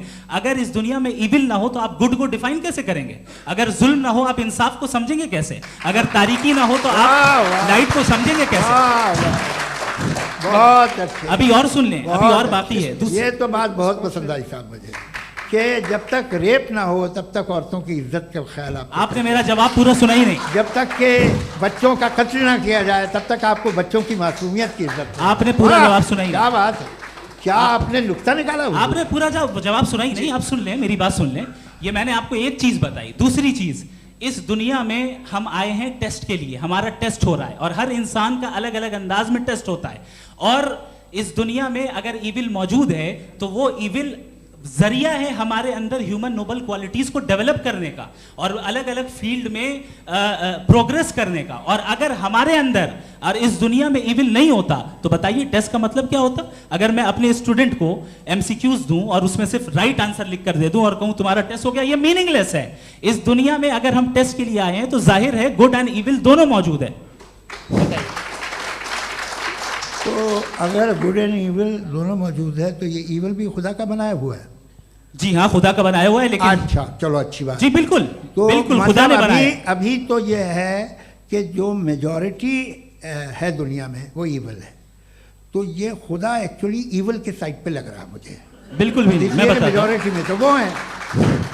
क्या बात कर रहे हैं भाई आप? कोई भी जो मुंसिफ होगा, चाहे आपका अपना घर हो जिसके आप सबसे बड़े हैं, चाहे आपकी ऑर्गेनाइजेशन हो जो आप चलाते हैं, वहां पर आप इविल रखेंगे साबित करने को कि बाकी लोग शरीफ हैं? मेरी बात सुन, क्या ये आर्ग्यूमेंट ही गलत है? अगर कि जब तक के कोई इविल नहीं होगा तब तक के शरीफ आदमी शरीफ नहीं लगेगा। अगर एग्जामिनर गलत ऑप्शन दे रहा है तो एग्जामिनर इविल नहीं हो गया, जो गलत ऑप्शन को सेलेक्ट कर रहा है वो फेल होगा।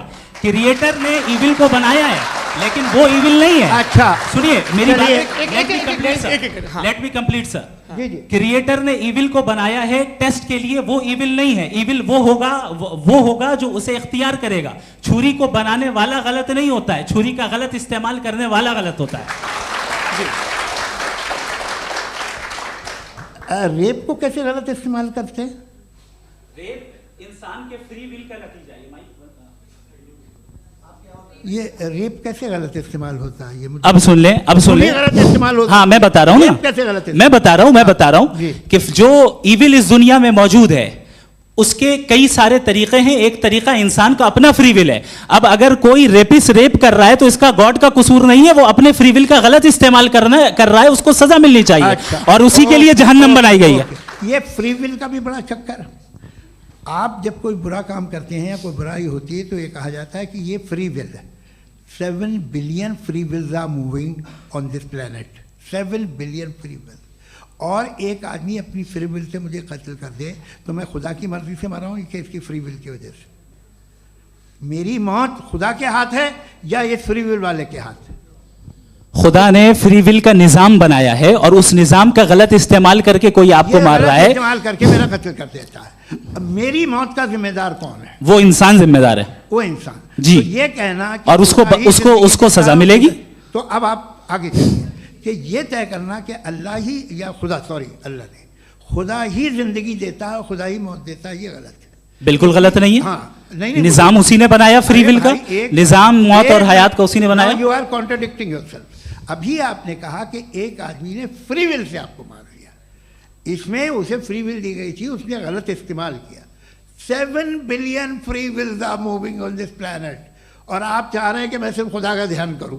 ये 7 बिलियन फ्री विल्स को मुझे लुक आफ्टर करना पड़ेगा कि नहीं?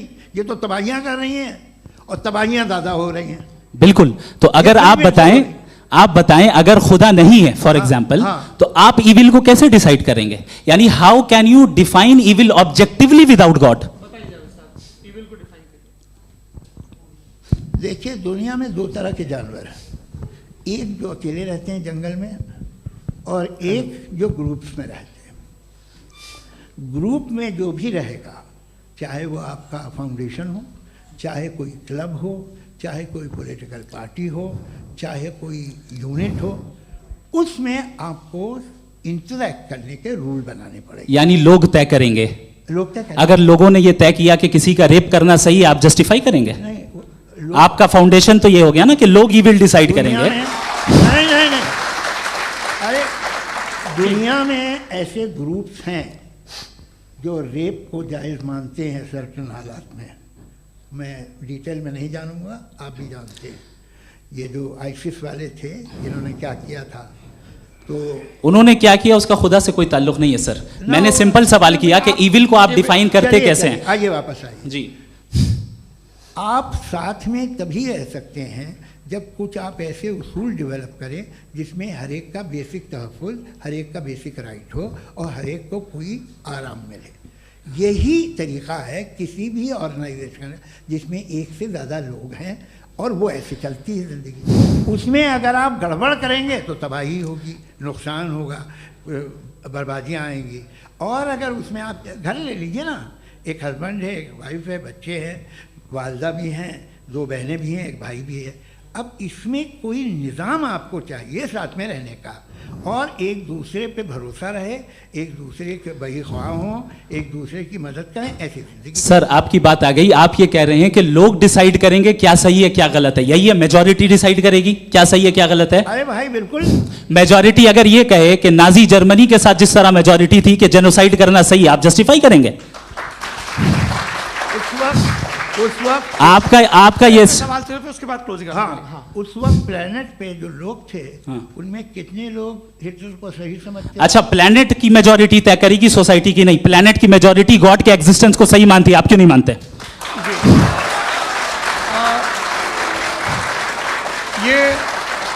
हेलो ये क्रॉस क्वेश्चन का राउंड यहाँ पर समाप्त होता है। और ये बड़ा अच्छा है कि इस तरह से फ्रेगमेंट कर दिया गया है ताकि जो मरकरी ऊपर जा रहा है नीचे जवाब दे दूं जी। प्लेनेट की ज़्यादातर मेजॉरिटी कुछ दूसरे मजहबों के खुदा को मानती है। आप उन्हें क्यों नहीं? आप तो मेजॉरिटी की बात कर रहे हैं। अच्छा, ये क्लोजिंग आप ये कह रहे हैं इविल और गुड को डिसाइड मेजॉरिटी करेगी। मेजॉरिटी जो कर दे वो सही हो जाएगा। क्लोजिंग इसको जैसा आप ही लोगों ने तय किया है उसी फॉर्मेट को फॉलो कर लेते हैं। हाँ भाई, मैंने तो भले लोगों पे एतबार किया और तब मॉडरेशन तय किया। जी, आपके पास 5 मिनट का वक्त है, क्लोजिंग आर्ग्यूमेंट है, उसके बाद हम ऑडियंस से क्वेश्चन आंसर लेंगे जावेद साहब की क्लोजिंग आर्ग्यूमेंट के बाद। Okay, time starts now. बहुत शुक्रिया जी। हमारा जो टॉपिक है डज गॉड एग्जिस्ट, मैं इस पे इतने एकेडमिक तैयारी करके आया था, मुझे था कि मैंने सोचा था कि कई सारे मैं आर्ग्यूमेंट्स दूंगा, लेकिन वक्त की भी किल्लत और जावेद साहब बार बार इधर उधर चले जा रहे थे तो उसको भी थोड़ा एंटरटेन करना पड़ गया।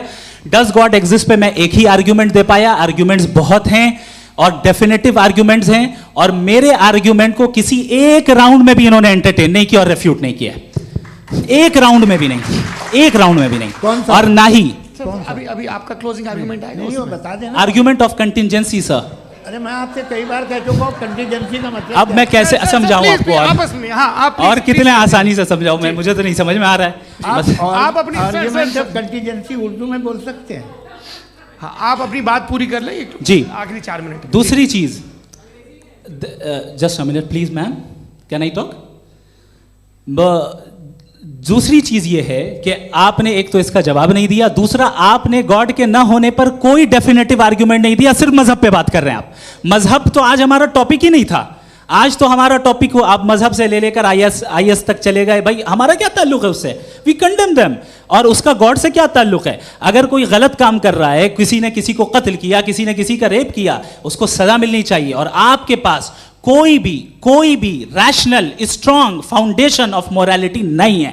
आपने कहा कि मेजॉरिटी तय करेगी सोसाइटी की, वो सही होगा, मैंने कहा हिटलर को फिर आप सही कहेंगे, नहीं नहीं नहीं नहीं, प्लैनेट की सोसाइटी की मेजॉरिटी तय करेगी, तो प्लैनेट की मेजॉरिटी गॉड के एग्जिस्टेंस को मानती है, आप कह रहे हैं ये रिलीजियस है, तो यानी आपके पास कोई स्ट्रॉन्ग फाउंडेशन नहीं है ऑब्जेक्टिव मोरालिटी का। ऑब्जेक्टिव मोरालिटी का अगर कोई फाउंडेशन है तो वो सिर्फ गॉड है, गॉड है, गॉड है। थैंक यू जी। ये मुफ्ती शमाइल नदवी साहब का क्लोजिंग आर्ग्यूमेंट था। अब हमारे पास जी, मैं जी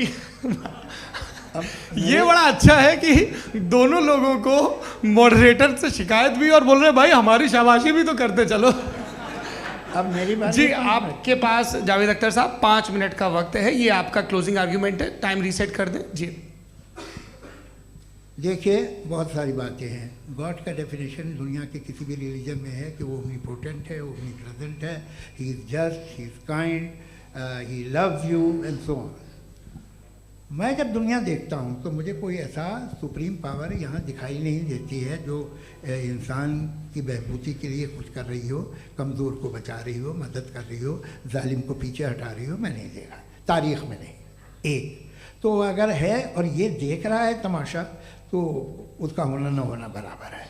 दोयम ये कि ये जो है, जब आप ये कहते हैं कि कायनात जिसकी कंटीजेंसी है, मैं देखिए वो लफ्ज़ इस्तेमाल किया मैं, तो ये कैसे हो सकती है भाई? और फ़ौरन आप सरेंडर कर देते हैं कि जाहिर है कि इसका बनाने वाला तो इससे 10,000 गुना ज़्यादा कॉम्प्लिकेटेड होगा, उस पर आपके होने पे कोई इतराज़ नहीं है, उसे वो टाइमलेस है, वो पहले से था, टाइम तो बहुत बाद में आया, ये सब आप मानने को तैयार है, जिसका आपके पास कोई सबूत नहीं, आपके पास कोई रीज़न नहीं है। आपकी तारीख क्या है मज़हबों की, बिलीफ की, जो खुदाओं का बिलीफ है, ये कॉन्स्टेंटली गलत साबित होता रहा है। मतलब आप कहें कि अरिस्टोटल के ज़माने में तो सब जाहिल थे, वो भी इतने ही यकीन से खुदा पे यकीन रखते थे, जो अब नहीं रहा, ये भी नहीं रहेगा, आप लिख लीजिए। और इसके आसार आपको दुनिया में दिखाई देना शुरू हो चुके हैं। ये बहस क्या आज से 100 साल पहले इस तरह हो सकती थी? यहाँ तक तो आपको हम ले आए हैं। तो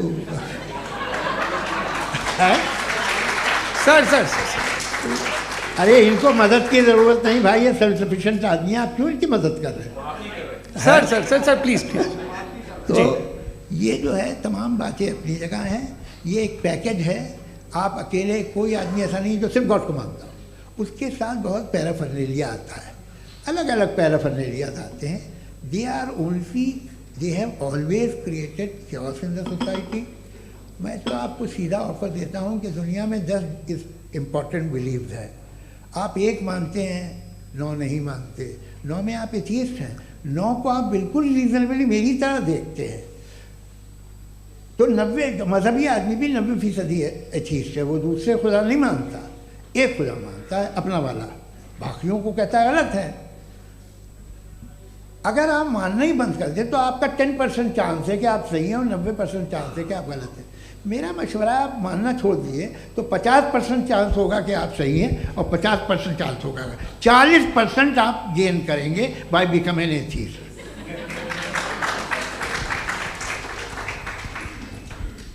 ये एक फरसूदा ख्याल है, ये ख़त्म हो रहा है। हो सकता है मेरी ज़िंदगी में ना हो, लेकिन ये हो जाएगा। जो बातें ये इनको आप मेटाफिज़िकल ये वो ऐसे रिस्पेक्टेबल टर्म दे दिए, ये तो उन लोग के हैं जिन्हें ना फिज़िक्स मालूम थी ना मेटा मालूम था, ये उन्होंने आपको दिए हैं। जी बहुत शुक्रिया आप दोनों लोगों का। और अब इस बातचीत का आखिरी राउंड शुरू होगा, डज गॉड एग्जिस्ट की ये बहस मुफ्ती शमाइल नदवी और जावेद अख्तर साहब के बीच। आप लोग अपने अपने हाथ ऊपर करेंगे, मैं यहाँ से तय करूँगा। और माइक हमारे पास है क्या? एक ही माइक है ऑडियंस के लिए? 2 माइक है, एक इस तरफ एक इस तरफ, ठीक है। तो जी सबसे पहले हमारी सहयोगी हैं मारिया शकील जी, पूछिए सवाल। थोड़ा सा रुकेंगे ताकि कैमरे का फ्रेम आप पर आ जाए, आपकी तो प्रैक्टिस है टीवी की। जी नदवी साहब, मैं खुदा को मानती हूँ, पहले मैं इसी प्रमाइस से शुरू कर रही हूँ और ये बता रही हूँ आपको, मैं मानती हूँ। लेकिन कुछ सवाल हैं जो जावेद साहब ने उठाया, उसका जवाब आपको देना चाहिए। पहला सवाल ये कि गज़ा में सालों से छोटे बच्चे मर रहे हैं, वो उनको अगर खुदा मर्सीफुल है, हम मानते हैं कि अल्लाह ताला में बहुत ताकत है, तो वो बच्चे क्यों मर रहे हैं? दूसरी बात ये कि अगर कंटिजेंसी की जो आप बात करते हैं, पूरे मुस्लिम ममालिक मिल कर के भी उन गज़ा के बच्चों को क्यों नहीं बचा पा रहे हैं? क्योंकि अगर वो चाहते, क्योंकि अल्लाह ताला उन पर हुकूमत करते हैं, सब पर हुकूमत करते हैं, तो वो उनको क्यों नहीं बचा? जी थैंक यू वेरी मच। बहुत अच्छा किया आपने इस चीज़ को जिक्र कर दिया, मैं इसको और अच्छे से एक्सप्लेन करने की कोशिश करता हूँ। देखें, जहाँ तक आपने कहा कि गज़ा के बच्चों को मारा जा रहा है, देखें 2 वर्ल्ड व्यू है, एक एथीस्टिक वर्ल्ड व्यू, एक थीस्टिक वर्ल्ड व्यू है। बच्चे मर रहे हैं दोनों वर्ल्ड व्यू में, लेकिन हमारा वर्ल्ड व्यू कह रहा है कि रिकॉम्पेंस है, ये कह रहे हैं कि उनका मरना बेकार जाने वाला है, कोई उसका रिकॉम्पेंस नहीं है, चूंकि इनके यहाँ आखिरत और अल्लाह का कोई तसव्वुर या गॉड का कोई तसव्वुर नहीं है। आपने ये सवाल किया कि गॉड मर्सीफुल है, क्यों नहीं रोकता? ये मैंने बताया कि ये मिसकंसेप्शन है लोगों के दरमियान कि गॉड को सिर्फ मर्सीफुल और ओमनीपोटेंट समझते हैं। गॉड के सिर्फ यही 2 एट्रीब्यूट्स नहीं हैं, गॉड के कई सारे एट्रीब्यूट्स हैं, उनमें से अल हकीम भी है, उनमें से ऑल वाइज भी है, ऑल नोइंग भी है। लिहाजा अगर इस दुनिया में किसी को तकलीफ आ रही है और गॉड उसको नहीं रोक रहा है, वो इसलिए नहीं रोक रहा है चूंकि इंसानों को फ्री विल दिया गया है। ठीक इसी तरीके से अगर एक डॉक्टर किसी छोटे बच्चे को इंजेक्शन लगा रहा है, उसे तकलीफ पहुंच रही है, उसके लिमिटेड पर्सपेक्टिव के एतबार से ये गलत हो रहा है और डॉक्टर बुरा है। लेकिन जब आप ब्रॉडर पिक्चर को देखेंगी, आपके और हमारे पास सिर्फ एक पिक्सल है, हमें इतना नजर आ रहा है कि गज़ा में कत्ल हो रहा है, लेकिन इसके पीछे कितना रिकॉम्पेंस उनको मिलने वाला है, पूरा पिक्चर गॉड के पास है। तो एक पिक्सल से आप पूरे पिक्चर को कभी भी जज नहीं कर सकती। आप इसमें कुछ जोड़ना चाहेंगे? आपको कुछ बोलना है इसमें? भैया आपने बहुत अच्छा जस्टिफिकेशन दिया, या आप वो जो वहाँ के प्राइम मिनिस्टर इजराइल के उन्हें भेजिए, वो बहुत खुश होंगे। आप जस्टिफिकेशन दे देना कि अगर गॉड नहीं है तो बच्चे क्यों मर रहे हैं, आप बताएं। वो ये सवाल पूछ रहे हैं कि अगर आप ईश्वर का अस्तित्व नहीं मानते हैं तो उन बच्चों की मौत को आप कैसे इंटरप्रेट करते हैं? भाई ये दुनिया जो है, जो ताकतवर लोग होते हैं वो एक नाइंसाफ़ी करते हैं। तो ये अच्छा काम है आपके नज़दीक, तो नेचर नाइंसाफ़ी पे मबनी है। अरे मेरे भाई, आप नेचर की कहाँ बात कर रहे हैं, तो इंसान की बात। तो फिर जब मैं इंसान की बात कर रहा था, आप नेचर की बात करने लग गए। क्रॉस एग्जामिनेशन नहीं। हाँ, अब आप मुझे बोलने नहीं देंगे तो अलग बात है, आप बोलिए, मुझे कोई जल्दी नहीं। जी नहीं, ये क्रॉस एग्जामिनेशन मुझे बोल तो लेने दीजिए। जी बोलिए। क्या बात ये है कि ह्यूमन सोसाइटी तभी साथ में रह सकती है जब वो मोहब्बत से, एकता से, एक दूसरे के एहतराम करके रहे। इसके अलावा पॉसिबल नहीं है, अकेले तो इंसान रह ही नहीं सकता। वहाँ पर कुछ लोग हैं जो फाउल करते हैं, वो फाउल हमेशा से तारीख में होता आया है। आज ये हो रहा है, जो हो रहा है बहुत बुरा हो रहा है, बहुत जालिमाना है, बहुत जाबराना है। उसको आप कहें कि ये बच्चों को कॉम्पनसेशन मिल जाएगा या इसकी इंजेक्शन है, इंजेक्शन तो हेल्थ के लिए दिया जाता है। आप ये कह रहे हैं कि ये बच्चों की जो धज्जियाँ उड़ रही हैं ये इंजेक्शन है, ये टेस्ट है, ये टेस्ट है, और उस टेस्ट में उनको अगले ऐसा रिकॉम्पेंस मिलेगा जो आपके तस्वुर के बाहर है। ये आप 3 बरस के बच्चे को बारूद से उड़ा के टेस्ट ले रहे हैं, वाह। वो नहीं ले रहा है, खुदा नहीं उड़ा रहा है, इजराइल उड़ा रहा है। जी, ये तो उसको कंडेम अगला करें। सवाल लेते हैं, अगला सवाल लेते हैं प्रोफेसर पुरुषोत्तम अग्रवाल। मुफ्ती साहब, एक निवेदन आपसे है कि कम से कम थोड़ा सा माइक क्लोज एक रिलीजियस और फिलोसफिकल कर मैं प्लीज। एक रिलीजियस और फिलोसफिकल ट्रेडिशन है जो ब्रह्मांड को यानी यूनिवर्स को ही अंतिम मानती है। सर्वम खलु इदम ब्रह्मम, this is Chandogya Upanishad, and it completely rules out the existence और नेसेसिटी, आपके शब्दों में necessity of a creator. The creation itself is the creator. तो एक मिनट प्लीज। दूसरा जो सवाल आपने अभी, जो आप बार बार कह रहे हैं कि भगवान विद्वान भी है, वाइज, सब जानने वाला, तो अगर विजडम में दुनिया भर के पापों और अत्याचारों को बर्दाश्त करना शामिल है, तो फिर इसका मतलब ये हुआ कि अगर मैं फ्री विल से उसको अपोज करता हूं तो ईश्वर की विजडम और मेरी फ्री विल में कॉन्ट्राडिक्शन है। Because when I am opposing whatever is happening in Gaza, then I am opposing the God's will और गॉड्स विजडम। जवाब लेते हैं क्योंकि तो गॉड की विजडम में, एक मिनट सर प्लीज सर, ये एक जुमला, गॉड की विजडम है कि गाजा में जो कुछ हो रहा है वो हो रहा है, मैं उसका अपोज कर रहा हूं, तो मैं गॉड की विजडम के खिलाफ जा रहा हूं। एक सवाल। दूसरा ये नहीं, आपने 2 ऑलरेडी। सर आप और सवाल कर लें, लेकिन मुझे 2 जवाब दे सर, दीजिए। सर, पहले आपने ये कहा, सुनिए मेरी बात सुनिए। भाई इजराइल के गॉड के मुताबिक तुम्हारा ठीक हो रहा है ना? नहीं हो रहा है, ठीक नहीं हो रहा है, मैं बता रहा हूँ क्या हो रहा है। आप तशरीफ रखें, मैं बता रहा हूँ क्या हो रहा है। Let me complete please. एक सेकंड गाइस, एक सेकंड। ये देखिए, ऐसा है कि ये सब बड़ा आपस में विचार विमर्श के बाद ये तय हुआ था कि कुछ नियम बना लिए जाएं ताकि एक टाइम बाउंड बातचीत चले। और भाई साहब, आप बड़ा जरूरी काम कर रहे हैं, लेकिन कैमरे के फ्रेम में आके उस काम को गड़बड़ कर दे रहे हैं। ठीक है गुरु, अब मेरे को कहीं का गुस्सा कहीं निकालना था, सॉरी। नहीं, कोई गुस्सा नहीं है जी। तो प्रोफेसर ने सवाल पूछे, आप उनके जवाब दें, और थोड़ा ये सब लोग थोड़ा ख्याल रखें भाई, सवाल संक्षिप्त रखें जी। आपने 2 सवाल किया।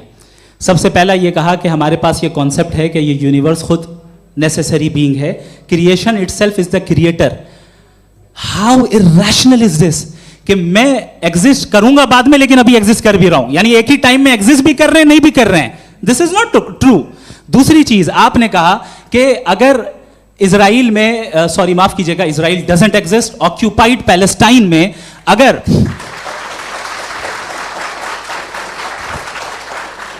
ऑक्यूपाइड पैलेस्टाइन में बच्चों को मारा जा रहा है फ्री विल की वजह से और गॉड नहीं रोक रहा, ये कॉन्ट्रडिक्शन है। ये बताइए कि एक एग्जाम में एक बच्चा गलत आंसर लिख रहा है, सुनिए, एग्जामिनर चाहे तो रोक सकता है, क्यों नहीं रोक रहा है?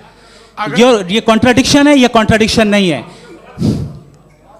माइक नहीं सर, ये आपस में जी, ये क्या आपका सवाल? माइक दीजिए। फ्री विल दिया गया है टेस्ट के लिए, अकाउंटेबिलिटी के लिए। अगर फ्री विल नहीं होता तो आप कहते हैं हमें रोबोट बना दिया गया। नॉट मिसरिप्रेजेंट माय पोजीशन, आपकी जो भी पोजीशन, मैं अपनी फ्री विल के नाते, अपने ह्यूमन विजडम के नाते गाजा में हो रही अत्याचार का विरोध करता हूं। बिल्कुल करना चाहिए। आपके हिसाब से मैं गॉड की विजडम का विरोध कर रहा हूं? बिल्कुल नहीं, जो हो रहा है गॉड, बिल्कुल भी नहीं, बिल्कुल भी नहीं।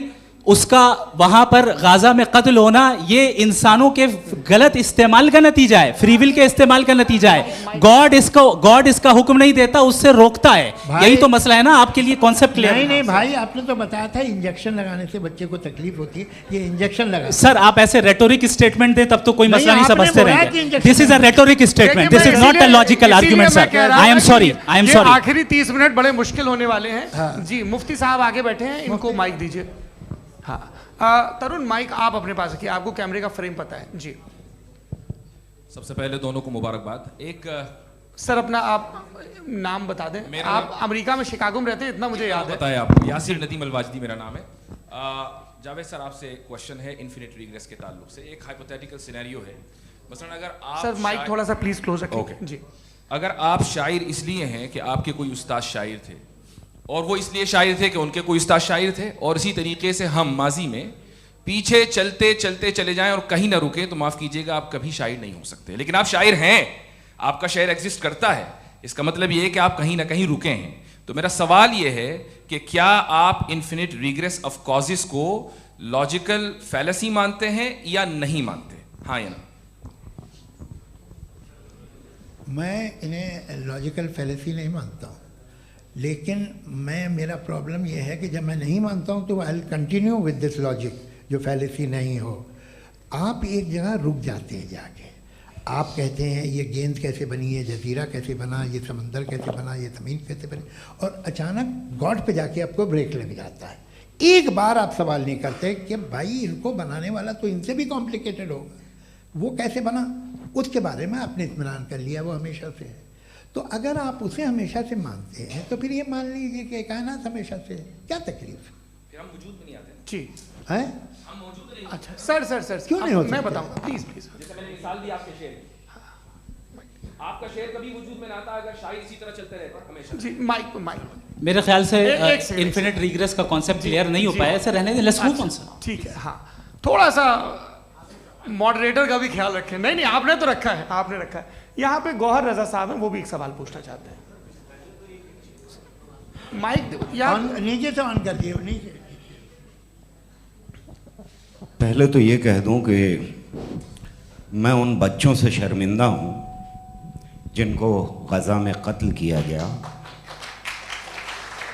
क्योंकि हमारे होते हुए कत्ल किया गया। लेकिन उससे ज़्यादा शर्मिंदगी इस बात से हुई कि मुझे लगा कि मुफ्ती साहब उसको जस्टिफाई कर रहे हैं। बिल्कुल भी नहीं, आप बहुत ही गलत। मुझे लगा मैं गलत हो सकता हूं, बिल्कुल गलत मैं है। सवाल पूछ रहा हूं, सवाल मैं देखिए, सवाल अगर पूछ रहा हूं। एक मैं सेकंड, जावेद भाई गौर से साहब, डिसएग्री गौर करता साहब, हूं। एक सेकंड देखिए, अगर देखिए ऐसा, एक सेकंड आप सर वेट, अरे आप कुछ मेरे पहले मुझे अपनी बात कह लेने दीजिए। अगर ऑडियंस तय करेगी तो फिर मॉडरेटर का मतलब नहीं। मेरा आप सबसे ये कहना है, ये बहस दो लोगों के बीच में है, एक तरफ मुफ्ती साहब, एक तरफ जावेद साहब। पिछले 1.5 घंटे से ये लोग अपने अपने तर्क रख रहे हैं। आपकी इनसे इत्तेफाकी हो सकती है, ना इत्तेफाकी हो सकती है। मेरे उस्ताद मुझे सिखा गए हैं कि मुखामुखम में असहमति की गुंजाइश बची रहनी चाहिए। अगर मैं आपकी बहुत इज्जत करता हूं गौहर साहब, आपने जो कमाल की किताबें लिखी, साइंटिफिक टेम्परामेंट, लेकिन मेरी ये गुजारिश है आप सबसे कि यदि आप इन लोगों ने जो बोला उन पर टिप्पणियां करेंगे तो ना वक्त की पाबंदी रहेगी, ना वो अनुशासन। आप सवाल पूछ लें, उस सवाल में जो बात आ जाए वो आ जाए। मैं जावेद साहब से डिसएग्री करता हूं, इसलिए जावेद साहब से सवाल पूछ रहा हूं। आपका सवाल जावेद अख्तर साहब से। और सवाल ये है मेरा कि जावेद साहब ने कई बार लॉजिक का इस्तेमाल किया कि साइंस में लॉजिक है और रिलीजन में लॉजिक नहीं है। मेरा ख्याल ये है कि रिलीजन में भी लॉजिक है, लेकिन उस लॉजिक की बेसिस ये है कि आप रुक जाते हैं, जिसका जिक्र जावेद साहब ने बार बार किया, यानी खुदा के तसव्वुर पे आते हुए, गॉड के तसव्वुर पे आते हुए रुक जाते हैं। और इसमें सवाल पूछना मतलब फॉरबिडन होता है। सवाल यह है कि क्या जावेद साहब इससे एग्री करते हैं कि साइंस की लॉजिक अलग है और रिलीजन की लॉजिक अलग है? बताइए सर। देखिए, 3 चीज़ें हैं, साइंस है, एक है मंतिक है, इस्तिदलाल है, और एक जो है कुछ भी नहीं है, फेथ है, अकीदा है। मैं अकीदे की लॉजिक का कायल नहीं हूँ। मुझे आप इस्तिदलाल से, लॉजिक से, रीज़न से समझाइए, मैं मानने को तैयार हूँ, मेरा क्या नुकसान होगा। लेकिन ये कि अकीदे पे मैं नहीं जा सकता हूँ। अकीदे का मतलब है कि तुम ये मान लो, सवाल ना करो, ये नहीं। आप सारी बातें करके, बड़ी साइंटिफिक बातें करके एक जगह जाके खुदा के वजूद पे रुक जाते हैं, सरेंडर कर देते हैं। मैं सरेंडर करने को तैयार नहीं। That's all. जी, ये आगे सर बैठे हुए हैं, इनको माइक दीजिए। भाई वो आप पूछना चाह रहे थे ना भाई? हाँ, नहीं मैं ये थैंक यू जी। आपका नाम? आसिम इफ्तिखार। आसिम जी, पूछिए। सर, जावेद सर से सवाल है कि आपने अपने क्लोजिंग माइक थोड़ा करीब अपने क्लोजिंग स्टेटमेंट में बात कही थी कि मज़हब का जो फ्यूचर है वो ज़्यादा दिन नहीं जाने वाला है। लेकिन मैं देख पा रहा हूँ कि जो ऑक्सफोर्ड यूनिवर्सिटी की एक स्टडी है 2011 में हुई है, जिसके 50 एकेडमिशियंस ने इसको अंजाम दिया था, उसमें वो ये कहते हैं कि जो फेथ इन गॉड है वो इनबिल्ट है ह्यूमन नेचर के अंदर, जिसको हम कहते हैं फितरत के अंदर शामिल है वो। और वो ये कहते हैं कि अगर कोई ये समझता है कि मज़हब को वो ख़त्म कर देगा तो ये उसकी गलत फहमी है। तो आप इसके बारे में, इस स्टडीज़ के बारे में क्या कहते हैं? ठीक है, मैं उनसे एग्री नहीं करता हूँ। वो कौन से प्रोफेसर होंगे, ऐसा उनके क्या पास डेटा है, इन्होंने डेटा के बेस होगा। डेटा क्या हो सकता है? फ्यूचर का डेटा तो नहीं हो सकता ना उनके पास। प्रेजेंट का डेटा हो सकता है। डेटा आपने सुना 100 साल पहले का बाद का डेटा, मैंने तो नहीं सुना आज तक। तो आज उनकी ये राय है और होगी राय, ठीक है, दुनिया में तरह तरह की राय है लोग, लेकिन मैं समझता हूँ कि वक्त के साथ इंसान ज़्यादा से ज़्यादा रीज़नेबल और लॉजिकल होता जा रहा है। आज आप देखिए वेस्टर्न यूरोप में क्या परसेंटेज है नॉन बिलीवर्स की, बहुत हाई, वहाँ चर्च खाली पड़े होते हैं। तो अल्टीमेटली तो इंसान कोई ऐसी बात बहुत अरसे तक नहीं मान सकेगा, चाहे गलत या सही, जो उससे उसके दिमाग को, उसके जहन को, उसकी लॉजिक को अपील न करे। वो कह रहे हैं तो ऑक्सफोर्ड के होंगे तो कैम्ब्रिज के होंगे, तो मुझे क्या लेना देना, उनका डेटा मुस्तकबिल का नहीं हो सकता है। जी दीपक, हाँ पूछिए। मैं आऊँगा, अभी पीछे की साइड भी आऊँगा, माइक वहीं भेजूंगा 2-3 साल के लिए। जी जावेद साहब, आपसे सवाल है। नमस्ते। अरे भाई सर, अगर आप ही लोग तय करना है तो फिर 200 लोग तय कर लें। नहीं sir, please don't do this sir. Everybody has a right sir, but we can only take selected questions. No sir, ये यंग लोग भी हैं तो इनकी ये अब उतने यंग, भाई आप यंग हैं कि नहीं है? वो कह रहे हैं वो भी यंग हैं साहब, आप उनकी नौजवानी पर दावा उनको ही करने थे। हाँ मुफ्ती साहब आप यंग, हाँ पूछे। अरे भैया सर मेरा सवाल ये है, कुछ इनसे भी तो पूछो। जी नहीं, बस आपसे एक सवाल है। जैसे थीस्टों के पास अपने जो ईश्वर को मानते हैं उनके पास अपने सोशल गेट टुगेदर्स हैं, 5 रोज़ आज क्रिसमस आने वाला है, होली है, दिवाली है, ईद है। एथिस्ट क्या ऑफर कर रहे हैं? मतलब मैं इनकी दुकान से बोलूं, मैं आना चाहता हूं उस तरफ, पर मैं अट्रैक्ट नहीं हो पा रहा हूं। मैं सोशल गेट टुगेदर्स क्या है आपके पास? वो ये कह रहे हैं कि जो धार्मिक लोग हैं, अलग अलग धर्म के लोग, उनके उत्सव त्योहार, कॉन्ग्रेगेशन बहुत हैं। अब आपको मैं एक सुनाता हूँ, यहाँ हिस्टोरियन भी बैठे हैं, मृदुला जी आप बताइएगा सही है क्या। ये एक कॉन्स्टेंटाइन, एक ग्रीक रोमन बादशाह था जो क्रिश्चियनिटी आने के 400 साल बाद उसने डिसाइड किया कि मैं क्रिश्चियन हो जाऊंगा, मेरी पूरी स्टेट कैंसिल हो जाएगी। उस ज़माने में ऐसे ही होता था, राजा जो धर्म इख्तियार करता था वो जनता भी कर लेती थी, इसलिए कि वो हो गया था बैंकक्रप्ट, और उसे जो मेडिटेरियन कोस्ट के रिच क्रिश्चियन वो थे मर्चेंट, उससे पैसा चाहिए था। तो उसने कहा यार क्रिश्चियन हो जाओ। तो उसने अपने वजीर से कहा कि भाई ये हिस्ट्री है कि अब हम लोग क्रिश्चियन हो जाते हैं। कहते सर हो जाएंगे, कोई प्रॉब्लम नहीं है, लेकिन एक प्रॉब्लम ये है कि 17 दिसंबर से 25 दिसंबर तक जो पेगन फेस्टिवल होता, जो पेगन जो फेस्टिवल होता है वो बंद हो जाएगा, इसलिए कि हम क्रिश्चियन हो गए तो होगा नहीं। तो वो बच्चों को बहुत बुरा लगेगा, पब्लिक को बहुत इन्जॉय करते हैं, खासतौर से 25 को मेन डे। उसने कहा ये तो सही कह रहे हो, ये जीसस क्राइस्ट की पैदाइश कब थी? कहते साहब वो अप्रैल में थी। नहीं, कट करो, वो 25 दिसंबर को है। ये हकीकत है जी। और 400 साल बाद क्रिश्चियनिटी के अप्रैल से दिसंबर ले आए, और इसलिए कि यहाँ पेगन फेस्टिवल होता था। अब मनाते हैं आप आराम से। ये जो सारे फेस्टिवल हैं ये रिलीजन से, हर एक को एक इंटरटेनमेंट डिपार्टमेंट चाहिए होता है अपनी कंपनी चलाने के लिए। तो ये रिलीजन ने, ये सेकुलर त्यौहार थे जिन्हें रिलीजन्स ने ले लिया है।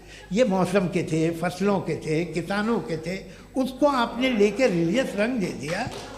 ये कोई रिलीजन से थोड़ी आए आप। अच्छा हमें देखिए, हम तो मुल्द हैं, हम ईद मनाते हैं, हम दिवाली मनाते हैं, हम होली मनाते हैं, हम क्रिसमस मनाते हैं। बम्बई की फिल्म इंडस्ट्री की सबसे बड़ी होली हमारे घर में, सबसे बड़ी ईद हमारे घर में। वो हमारी सोशल वो है, हमारा हेरिटेज है। ऐसा थोड़ी है कि we will throw the baby along with the water. ये तो अच्छी चीज़ है, इन्हें रखो, जो बेकार है फेंक दो। जी हाँ, हेलो जी, मेरा सवाल नादवी जी से है। जैसा कि आपने बोला कि गॉड टाइम के भी परे हैं और गॉड इतनी कॉम्प्लेक्स चीज़ है कि उसे ह्यूमन माइंड समझ नहीं सकता, और गॉड ने अर्थ पे फ्री विल भी दे दी है, तो आप अपना वक्त ज़ाया क्यों कर रहे हैं गॉड के बारे में बात करके? अपन को तो बात करनी चाहिए कि सोसाइटी को बेहतर कैसे करें। जी, मैं गॉड वही बताता है सोसाइटी को कैसे बेहतर करें। अभी मैं आपका जवाब देता हूँ। आपने कहा कि टाइम पे वो एग्जिस्ट नहीं करता, मेरा सवाल ये है कि जैसा आपने बोला कि गॉड बहुत ही कॉम्प्लेक्स चीज है। मैंने कहा ही नहीं कि कॉम्प्लेक्स है, तो आपके अल्फाज हैं। कॉम्प्लेक्स का लफ्ज गॉड के लिए सुइटेबल नहीं है। क्यों? क्योंकि कॉम्प्लेक्स वो चीजें होती हैं जो ऑब्जेक्ट हो। God is not an object. जिसको आप इंस्ट्रूमेंट के जरिए लेबोरेटरी में जाके टेस्ट करें, oh it's very complex. No, वो कोई कार का इंजन नहीं है। मेरा वो फिलोसॉफिकली नेसेसरी बीइंग ऐसी बीइंग है जो सिंपल बीइंग है। हाँ, आप उसको मुकम्मल तौर पे उसकी तमाम हिकमतों को जान ले और हर चीज को जान ले, ये पॉसिबल नहीं है, क्योंकि वो ऑल वाइज है, आप ऑल वाइज नहीं है, और वो खुदा है, वो आपको सारी चीजें बता दे, ये जरूरी नहीं।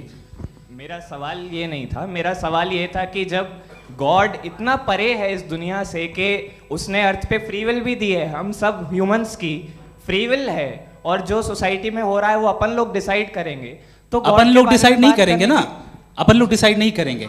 गॉड जो है, गॉड ने वो उसकी जात, उसकी एग्जिस्टेंस टाइम एंड स्पेस से परे है, लेकिन वो हमारा टेस्ट ले रहा है और उसी गॉड ने हमें बताया कि तुम्हें क्या करना है क्या नहीं करना है, तो जाहिर उस गॉड की बात सुनेंगे ना हम। जी, वो पीछे एक चश्मा लगाया जो मैम खड़ी हैं, उनको दीजिए। हाँ, आप जी जी बिल्कुल आएंगे। देखिए मैं कोशिश कर रहा हूँ सब तरफ जाने की। हाँ, उनको दीजिए माइक। जी, हेलो सर, मैं ओमनी प्रेजेंट नहीं हूँ, टाइम पाबंद हूँ और जहाँ तक कोशिश कर सकता हूँ करूँगा। जी, अपना नाम बताइए। मेरा नाम उर्सुला है, मैं दिल्ली यूनिवर्सिटी की एक स्टूडेंट हूँ और मैं स्टूडेंट फेडरेशन ऑफ इंडिया से हूँ। मेरा सवाल मुफ्ती जी से है कि इस हॉल के इस कमरे में बैठ के हम लोग रेप की मोरालिटी के बारे में फिलोसफिकली बात तो कर सकते हैं, बट असलियत ये है कि रोज़मर्रा की ज़िंदगी में औरतें रेप के थ्रू गुजरती हैं, और हम लोग सिर्फ नंबर्स पे इस तरह नहीं देख सकते, क्योंकि कितनी औरतें हैं इन कंट्रीज़ में जहाँ पे आप बता रहे हैं कि केसेस कम हैं, जिनका एक्सेस है कि वो जाके केस फाइल कर सकें। कितनी औरतें हैं जो जिनको काम करने की आज़ादी है उन कंट्रीज़ में। यूरोप में ये आज़ादी आ गई, यूरोप में ये रूल्स आ गए, तो हम आज उसके बारे में बात कर पा रहे हैं। जी, जवाब।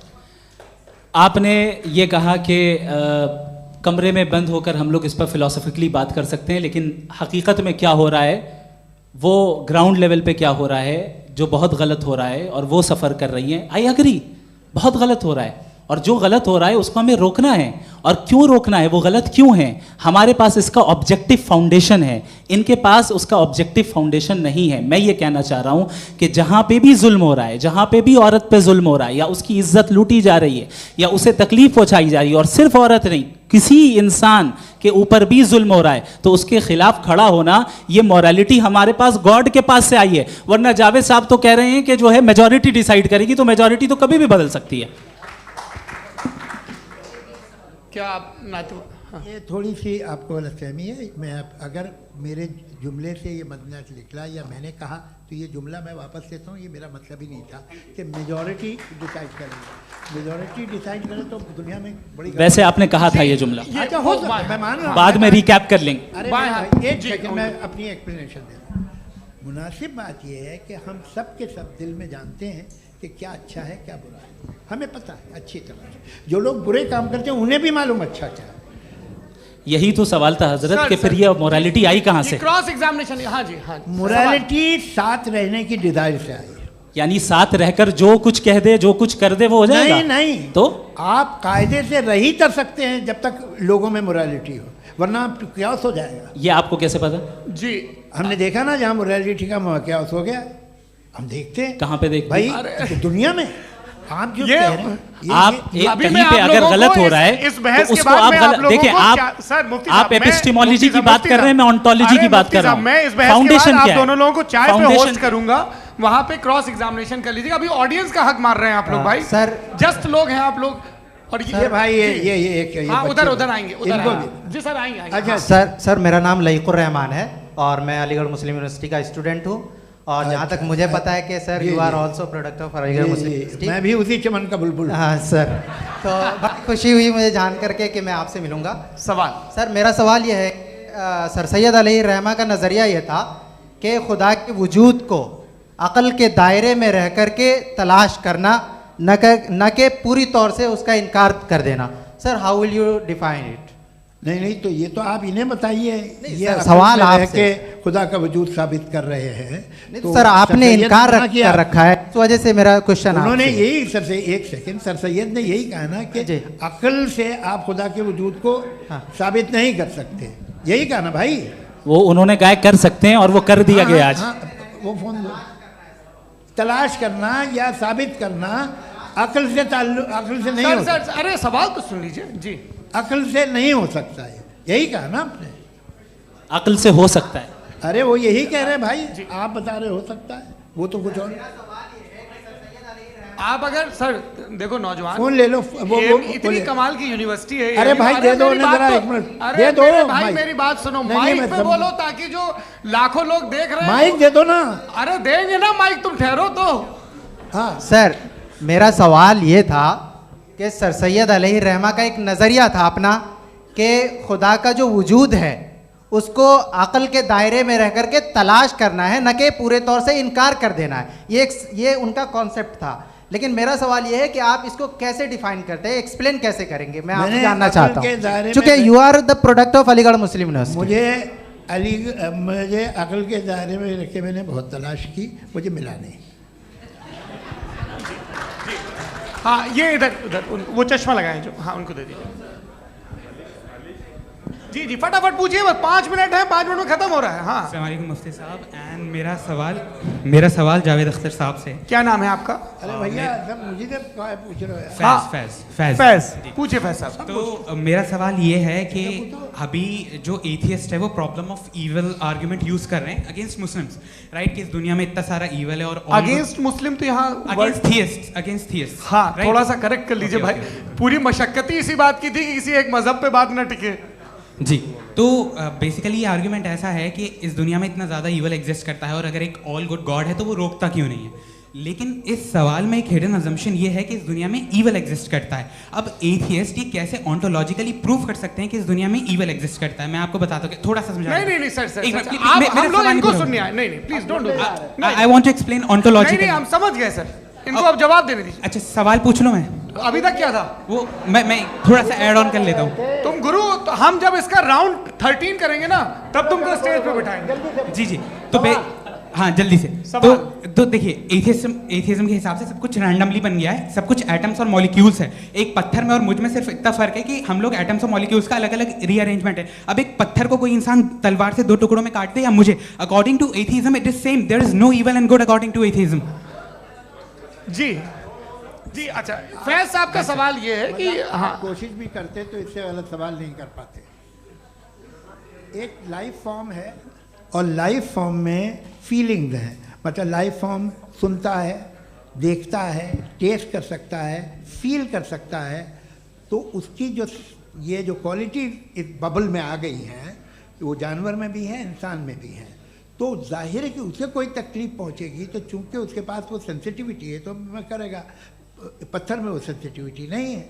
तो ये क्या सवाल हुआ कि अगर पत्थर को काटा तो पत्थर को तकलीफ नहीं होती, तो आपको काटे तो आपको क्यों तकलीफ हो? बैठ जाइए। जी हाँ अगला सवाल।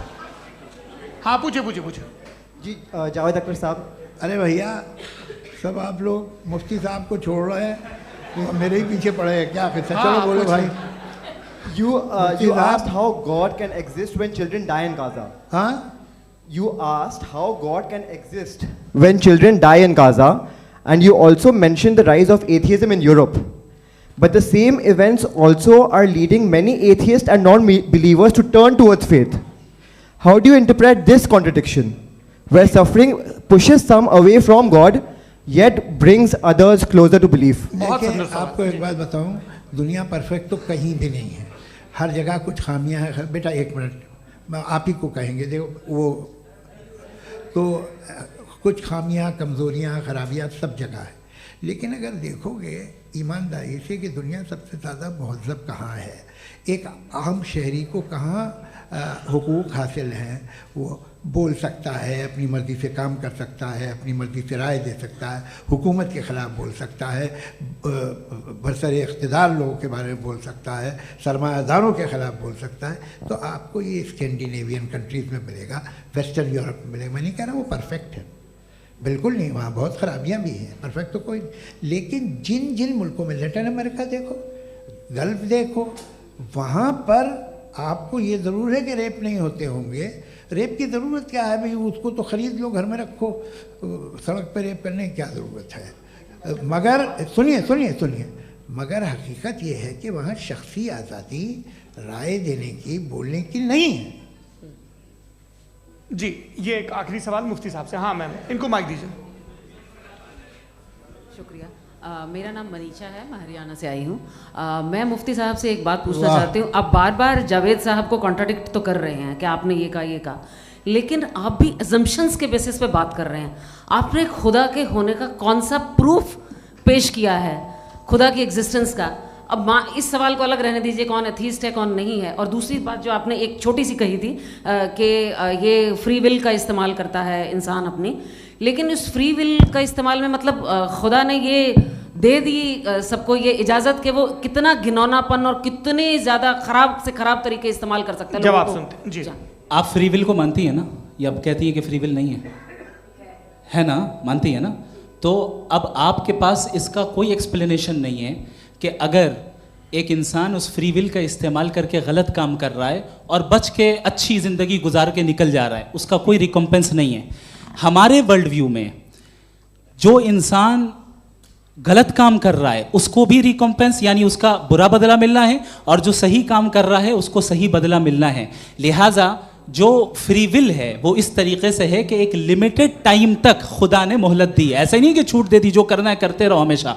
वक्त आएगा जब एग्जाम का टाइम खत्म होगा तब रिजल्ट आएगा, दौराने एग्जाम जबरदस्ती आपको नहीं बताया जाएगा। अरे भाई एक सेकंड, जी एक सवाल मुफ्ती साहब से मेरा, मुफ्ती साहब से जी एक जी, सवाल। हाँ हाँ, मैं रुक जाइए, आपसे फोन, आप इसके बाद आपसे पूछिएगा, यहीं रहेंगे वो। हाँ बोलिए। मैं मुफ्ती साहब एक ही सवाल करता हूँ कि अगर जो हो रहा है फ्री विल से हो रहा है और एक दिन बरोज़ क़यामत इंसाफ होगा मैशर में वगैरह वगैरह, तो दुआ क्यों मांगते हैं लोग?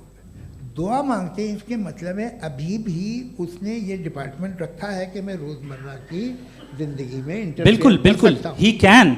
तो तुम कैन हो, तुम मुझे नौकरी दिला देते हो, मेरे बेटे को ग्रीन कार्ड दिला देते हो, और 45,000 बच्चे मरते हो, उन्हें रोकते नहीं हो? नहीं, तो क्या आप ये कह रहे हैं कि इस दुनिया में जालिमों को कभी पकड़ ही नहीं होती है? अरे जो भी पकड़ होगी वो बच्चे रोते हैं। बिल्कुल, देखिए मैंने अपने ओपनिंग स्टेटमेंट में यही कहा था कि जनाब जावेद साहब सिर्फ इमोशनल आर्गुमेंट देंगे।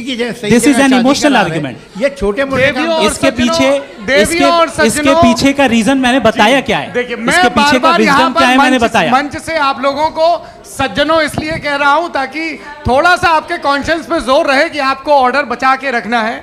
वक्त तय हुआ था, ये वक्त पूरा हुआ, आपने इतने धैर्यपूर्वक सुना, मैं आप सबका बहुत बहुत शुक्रगुजार हूं। यदि इन दोनों विद्वानों की इच्छा होगी तो कभी हम इस बातचीत का राउंड 2, राउंड 3, यही तो देखिए खूबी है इंसान की कि बहस मुबाहसे में वो पड़ा रहता है। आप लोगों ने बड़े धैर्य का परिचय दिया, बहुत बहुत शुक्रिया। इसी के साथ ये बातचीत यहाँ पे समाप्त होती है। आप लोग को मैं एक बात बता दूं, ये सारी बहस हो गई, अब मुफ्ती साहब और बड़े मुफ्ती साहब इन साथ के साथ मैं खाना खाने वाला हूँ।